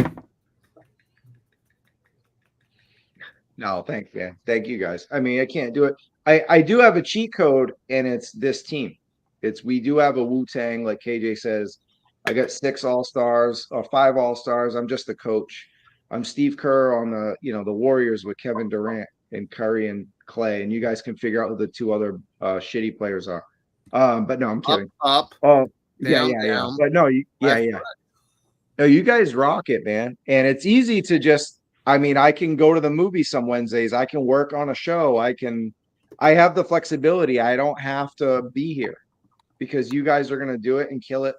And I want to make sure I produce the best show every Wednesday that I can. And you guys will, I never have a doubt in my mind that you guys will fuck it up. I mean, Bobby hosted a show a few weeks ago that has over 2,600 views. It was like 2 or 3 weeks ago, bro. Like I wasn't on that show. I'm fucking jealous. Like, I think I was on last week and had 700. Dude, you guys all fucking crush it. Seriously. I think we all have fun together. That's the thing. I think you got a good mix going right now. And it helps that we have that background chat and that Bobby sends so many explicit pictures. So many. Really. So like my phone, I need to delete some. very saucy. I'm still catching up. I'm surprised the photo quality you get from a Razr phone, but it's all about lighting. It's all about the lighting. Garage lighting. Exactly. I mean, Baldy, and you can attest to this right here. This shit isn't easy. It takes time, dedication. If you guys knew how much time, and Bobby has done this in the past as well when he's produced shows for us, I'll spend a whole day prepping the show. Like literally, that's what I did today. Like I had errands, and then man, between this morning and right before the show, it's hours of putting slides together, outline, research. Ridiculous. You know what I mean? And you know what's funny though? Yeah, go ahead, Bob. Go back to Shark's comment. Yeah. I think geographically, if he weren't in Australia, yeah, he'd totally be part of this crew. Oh yeah, 100%. He sure. gets us. It's very similar personalities. So yeah, he does a great job too. And I think y'all kind of touched on it too. Like Mike, like we've had Mike on here, we've had Jason. Like they're brilliant on here. I think also for me, I think the reason why this show is so fun is I don't hang out with my friends very often. Like y'all are my friends, right? Like coming on here every Wednesday is like, I get to hang out with I get to hang out with Zen and Spec and Tony and Moody and Kay. I get to hang out with my friends. Like for 2 hours, I get to bullshit. Like the chat, but I get to actually talk to y'all over here about toys. Like fucking hell. And random, but isn't this shirt cool? That is dope. That is dope. The Mega Man character is GIJoe, the Mega Man. Fucking sick. I want that. You're sick. Did you I don't know, guys. The new Mega Man wave from BBTS. Nah, I just bought Mega Man OG. What Spec has. I'm just keeping that one. I can't open another, man. I got enough toys. If they go on sale, I had to take so I could fit the new Street Fighters. I had to take the first wave of Mega Man down. Yeah. This is not a proctology exam. No, it's more than that. It's love. Much more. Well, I would just say, looking forward for a Toy Kind of Mood, it's crazy because, the next 2 Wednesdays are holidays. It's Christmas and New Year's. So, and then the problem is, I work on weekends as a host for Toyota, a product specialist. So, it's a little hard because otherwise, I think I was talking to Bobby B. I was talking to Chris, Diagnostic 80, about doing a most anticipated GIJoe stream. But I don't know when, I have to work around their schedules. I got to schedule my own. Would you guys watch a stream at 9:00 Pacific time? Probably. That's late. I mean, you're watching it now. Late. That is you're watching it now. We get 63 people watching now, but those guys are East Coast, or at least Bobby's Midwest. Bobby B, that is. So, I don't know what we're gonna do. I'm gonna have to figure because we can't do it Christmas Eve, probably not the day after Christmas, and then then you're hitting a weekend. So I don't know, guys. We're gonna have to figure something out for the future schedules, like best of and most anticipated shows. We definitely want to talk about the best of all the other toys too, not just Joe. So it's gonna get tricky lately. A lot of last minute things may happen. Yeah, and there's other avenues as well. Bobby has his channel that also goes live. Yep. So there's other nights that people can join us and kind of go with the banter. Yeah. I'm also I've been saying this for a while now, but I'm going to go live at some point. I've got some things lined up. It's just actually executing it. You have concepts. I have concepts. Nice. But there's a lot. I think 2025 is going to be interesting, and it'll be pretty cool to see the Toy Kind of Mood family kind of grow and branch out. right? KJ started doing his thing. Bobby is doing his thing. Yes. So and if we can all circle back on a Wednesday night, it's fantastic. And honestly, I look at that as a win for me. It's like any kind of content that comes from any of the other 5 channels is a win for me. You know what I mean? Like, just to be like, hey, my friends are doing great, or my friends are having a stream, or they're doing content or whatever. Because, it just, that kind of helps. It doesn't, it might not necessarily directly hit our subscribers, and there's a different correlation, but yeah, I mean, that's a possibility where if it just gets crazy here on Wednesdays, just tune into Black Genghis, Tony's Figs, Toy Optics, Geeks Have Game, Baldy Locks, like whenever you guys can figure it out. And I'll be watching from afar, watching replays or whatever, So look at this. You got a nice little offer here. I like it. May have to have Shark Eyes added to that roster. Nice. Yeah, it's time to cross the streams, right? In 2025, I see this. It's kind of like you could be Steve Rogers, right? And you could Avengers Assemble, and you get some new, like he could be a West Coast Avenger. You know what I mean? Who's an Australian Avenger? Yeah, an Australian Avenger. Like super West Coast. Or would that be East Coast? Because they start first, right?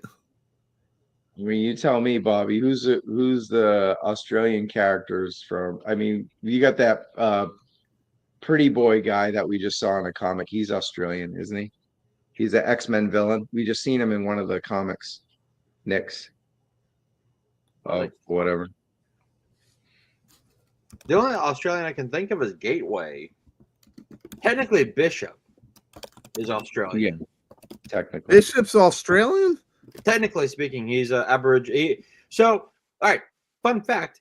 Aboriginal. GIJoe is Aboriginal. Bishop is actually his descendant. So Bishop, technically speaking, is Pyro. God damn it! Good job. You know, it's funny you bring up GIJoe, and I completely forgot about him as a character until you just said that, and he was like pivotal in the Australian X-Men 80s and 90s. Yep. Pyro, I forget about Pyro, but yeah, GIJoe, yeah. So and Bishop, yeah, and Shark Eyes called it, yeah. Oh fuck yeah! Bishop's like, good eye, mate. Not really, but Wait, do it again. No, that was bad. Sounds like Ryan Reynolds doing Deadpool doing Hugh Jackman. I'll take it. I'll take that. Well, I do want to give a shout out to a video I just did. Go check it out. What's the worst? There really is no worst, but there is. Yes, there is. Yes, but yeah. Well, according to Bobby, there is. But yeah, someone had to make the bottom of the list, and yeah, it was the Tiger Force 2-pack. But go check out the video. I finally ranked the 2-packs, and now I've reviewed every classified figure this year. So I don't think I'm going to be able to do that next year, just based on work schedule and other social things. But I don't know, guys. We got a minute left, maybe. What else we got? I'll go with you, Spec. You've been just typing away. I try and type softly. No, what's up? No, it's I guess it's been over a year since I joined you guys now. So kind of fell into it. But even just watching you guys at the beginning, Trav, you and I had talked and hung out before, and then watching Bobby, I was like, we'd be friends. I know if we met in person, we'd be friends. And then we started doing this, and we are friends in text and whatever. And Baldy and Tony, and like we all call each other and check in and make fun and poke and whatever. And in light of how other things have been going this year, I was never going to have a YouTube channel, and then lo and behold, I started a YouTube channel. I'm still really honing in on what I think that's going to try and be. But I'm not pumping out content to feed the algorithm. It'll be when I have the time and the motivation to get things done. But the last video I did, the sort of lighting demo tutorial, I've gotten a lot of positive feedback on. A lot of people really enjoyed seeing that. It seemed a lot of people were like, that was extremely helpful, more of this. Awesome. So now I want to try and figure out, okay, I don't want to just, I mean, I do want to just do another scene at some point, but I want to try and build things into it. You know, well, you guys know what fill is, or you guys know this, but what's negative fill? Like, here's negative fill. Here's a photo where we can make use of that, or it's things like that. I want to try and get more educational with it. But that last video, actually, like, without getting too Reservoir Dogs, where everybody's sucking each other's D's, you definitely nailed it in that video, and it's in your space. You know what I mean? So like, you definitely should build on that, because you don't have to put out a video every single day. You know, Right.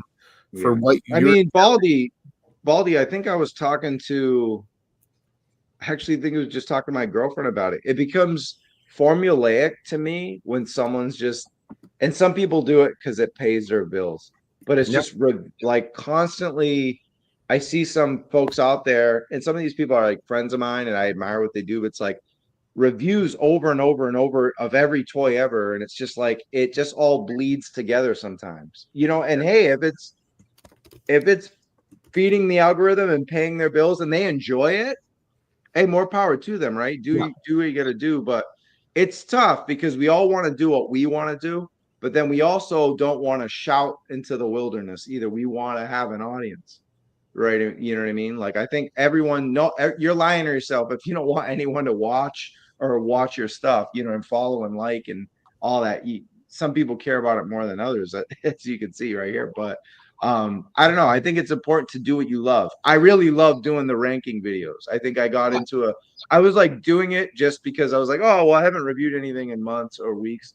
And then I was like, oh, I'll just do this every time. I don't have to like pay $100 for a figure. I'll just, when I get it, it'll be part of a ranking. Yep. And if people don't watch it, then maybe I'll advertise it. Guess what? I run a YouTube channel. If I want to promote a post, promote a video, I can. We don't buy bots. YouTube has a function. You might want to promote it to a different audience. Maybe it works. Some people are against it. Hey, good for you. What people advertise films and videos and TV shows all the time. I have no problem with it. But yeah, it's nice. Like the worst video I just did, the 2-pack, it's doing great. I don't have to promote it. It's like the third most watched video I've done in the last 10 videos. So I'm like, did we lose Travis? We lost Travis. There we go. I didn't lose. We didn't lose Travis. Oh, good. I was like, please, I reset my router. No, Trav, you've been fine. Okay, good. Very fluent. I think Bobby's just maybe had a couple. Maybe. No, Trav, what you're saying is right on point. You guys want to hear something crazy? How long has YouTube been a platform? I did not start watching YouTube until COVID. Like, I didn't touch YouTube. It just wasn't in my realm. Like, if anything, my kids or my nephew maybe were watching like crazy videos. It wasn't until I was home, I was finding like different things with hobbies, and I was like, my kids just gave me this Cobra Commander classified figure.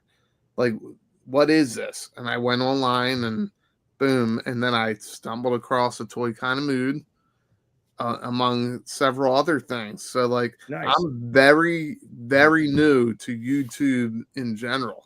Like, I know that it's been around, but I thought it was just like almost like, I guess, TikTok, you know what I mean? Like just short videos. I didn't know there was so much content out there, or that so many people already built a platform So like when you're coming into this now, and we're still coming into this, right?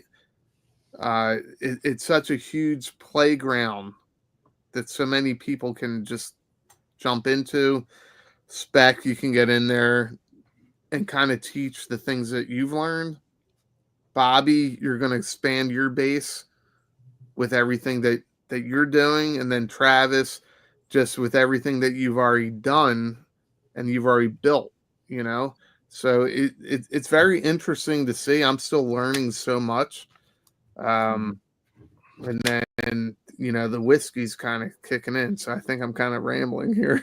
Yeah, but I'll just say you've done a fantastic job. I mean, you're not prolific. We'll get a review from you once every 3 or 4 months. But when you do it, like 8,000 people watch you. You're like, it's like a special event when you do a video. You know what I mean? And that's kind of my point. Maybe don't do one every 3 or 4 months. Maybe do a couple a month or one a week. But I think it's like, it's cool because you're putting your heart and soul and thoughts into it instead of just like, hey, I got this in the mail. Let me just open it. And it works. Some people want to see that. Like, hey, you know what I mean? Like some people want the raw. We've gotten comments like the raw reviews and stuff, like the unboxings that people do. And I'm just like, those are great. But man, if you watched me for an hour just opening a toy, it would be worse than watching golf. It would be horrible, bro. Like that's why I edit everything I say. Because look at me talking right now. It's brutal.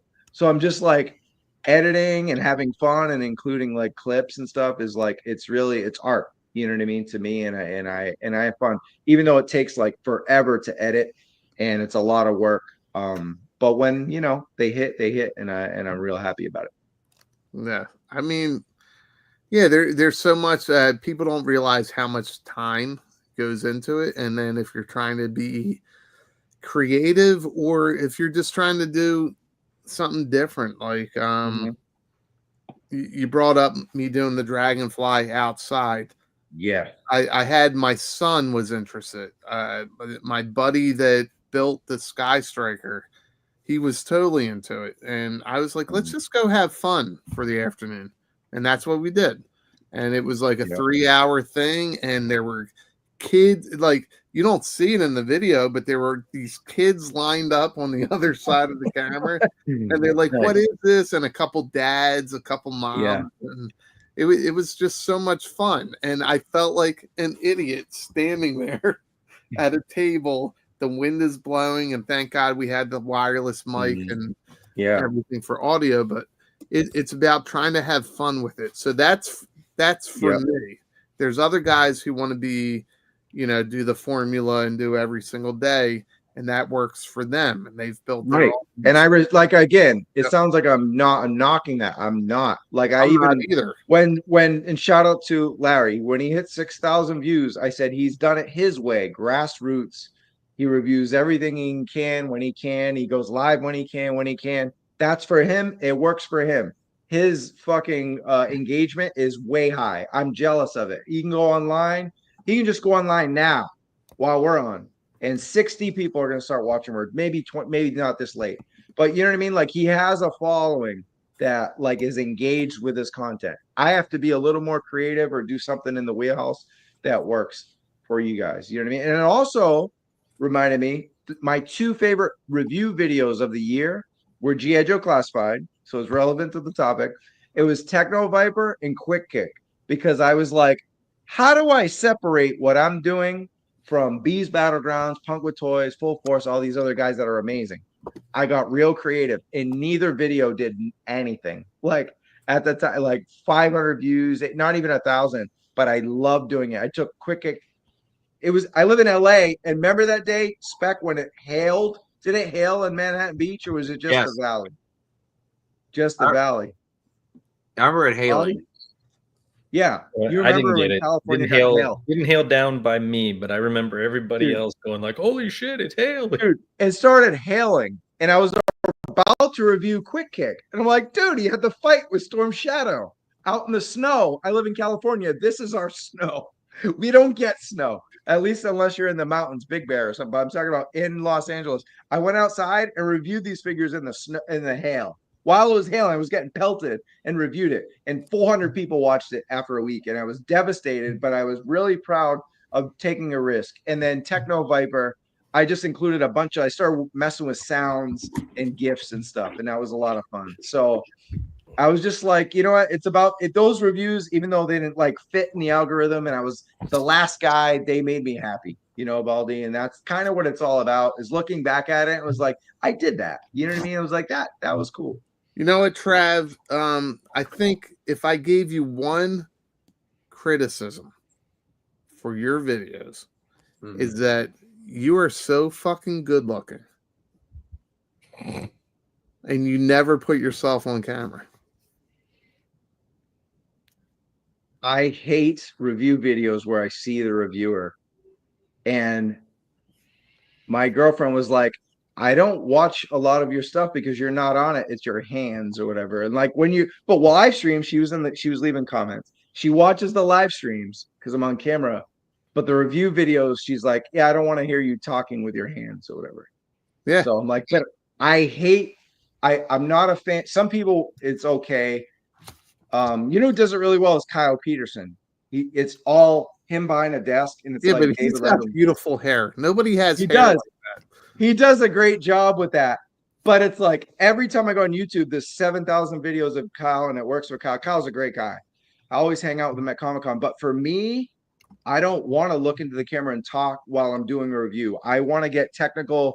I saw comments tonight. I love that you show the original buck, the figure with the original buck. Yeah. I love that you like get really close. Like mine, I like the closeness of what I do compared to like a lot of other videos. Yeah, exactly. Peeling it behind the curtain. So I don't know, man. Trav, why don't you do just one video a month where you showcase your beautiful face, right? Well, just and I don't need showcase. Though. I'm just saying people connect with that. Robo does those like cutaways, so it's not always on him, but then like it'll cut to him and he'll give a thought, and then or throw people off and put it on your crotch. That's another hardworking guy right there, Robo. He deserves everything he's ever accomplished in his business. I thought that dude's name was a good guy. Swoosh. That's funny. I had no idea that they were separate things. I won't lie. The best compliment I ever got on TikTok was someone goes, "You are the reason I started collecting toys again." I'm like, I appreciate that, and I apologize. I am so sorry. I've damaged your wallet. I'm sorry. That's pretty great. It is. A guy to look for in 2025 in reviews is this guy right here, Spec. Dude, yes. The couple you did Nemesis Immortal and you did Dragonfly, and you got a whole new fan base based on that. And I hope everyone watching, replay or whatever, you're still watching after 3 hours. God bless you. But if you're watching, make sure that you check out Spec's other stuff, because I know you love GIJoe, but like the stuff about like the photography and behind the scenes, and that's really his bread and butter. And I think that's really what will separate him from like just everyone else that's doing this, I had a lot more fun doing those. Not that I won't ever do another review video, but like I don't have the patience. When I get something, I want to open it. Mm-hmm. I don't want to sit there and wait and just be like, oh, okay, this can all sit. Now I'm ready to do a review, and now I can open it up, and like I get it. I want to tear into it. And I'm just more comfortable. I mean, obviously we all know action figures, whatever. I'm more comfortable doing the photography aspect of it because that's what I know. That's yeah. And I feel like I have more to offer. Yeah. Mm-hmm. And you can definitely delve into that. Like there was a time where we were kind of in a race with what was it, Wolf Spider, Travis? Parth Varma. Yeah. You, me, and Bobby all got that like the same day, I think. And it was like almost a race. And then it was after that figure, I was like, you know what? Fuck this shit. I ain't doing the race anymore. I'm just going to do like when I'm ready to do it, I'll do it. Dude, the algorithm is so bad that if you do a best of the year, like at the last day of November, you get all the hits. It's like, bro, it's not even December yet. Yeah. Can't we like wait to get toys in? But some people are smart and they do it like the first week of December. And I'm like, I'm one of those old school. I wait till the end. I almost want to wait till December 31st. Because I don't know. It's like, look at Mutton Junkyard. I got him in like the last week of December and I counted it. Had I did a review, a video earlier, I wouldn't have been able to count them. You know what I mean? Well, people are getting Xandar and Dial Tone now, right? Really? Overseas? Or have people in the States got Well, if you pay for it, you'll have it. Well, Saw Viper got reviewed by D Amazing and Beast Battlegrounds, and I'm sure Punk didn't check in tonight because he's reviewing Saw Viper. Probably. No, but The Amazing also did Xandar. Right? Okay, yeah, he did, I guess, yeah. Yeah, so to me, that is a 2024 release. Doesn't matter, like it. Lawrence and I kind of argued about that before, where he's like, "Oh, I didn't get it until January 10th." That doesn't mean that it's a 24 release. The release is when you get it. It's when you get it. So I got Mutton Junkyard in 24. I'm going to count it. Okay. But what I'm saying is that what you meant? Did you slur the wrong year? No. I slurred the right year. I'm just saying. So no one has Xandar except for like fucking assholes that bought it from eBay. That's not true. There's people that have Xandar. Fucking assholes that bought it from eBay. And so that counts as a 24 release.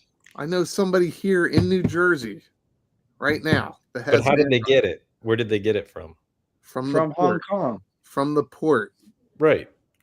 Wait. In New Jersey. They're here. It's not an official release. Dude, I just got a bunch of emails from Amazon saying you have a new release date for you, September 25. Yeah, I got those last night. Amazon right, lies. Amazon is the ones flying all the drones over New Jersey that everybody thinks is a fucking national security risk. Anyway, Bobby's got to go. You know what? We got to go. Yeah. We got to go. Let's all treat ourselves tonight and let each other go. Cheers to 200, boys. Thank you so much. Couldn't have done it without you. Cheers, you queers. Whoa. Right, that's good. Yeah, it means we're happy. What a way to end the show, Baldy. No more drinking. Peace out, y'all.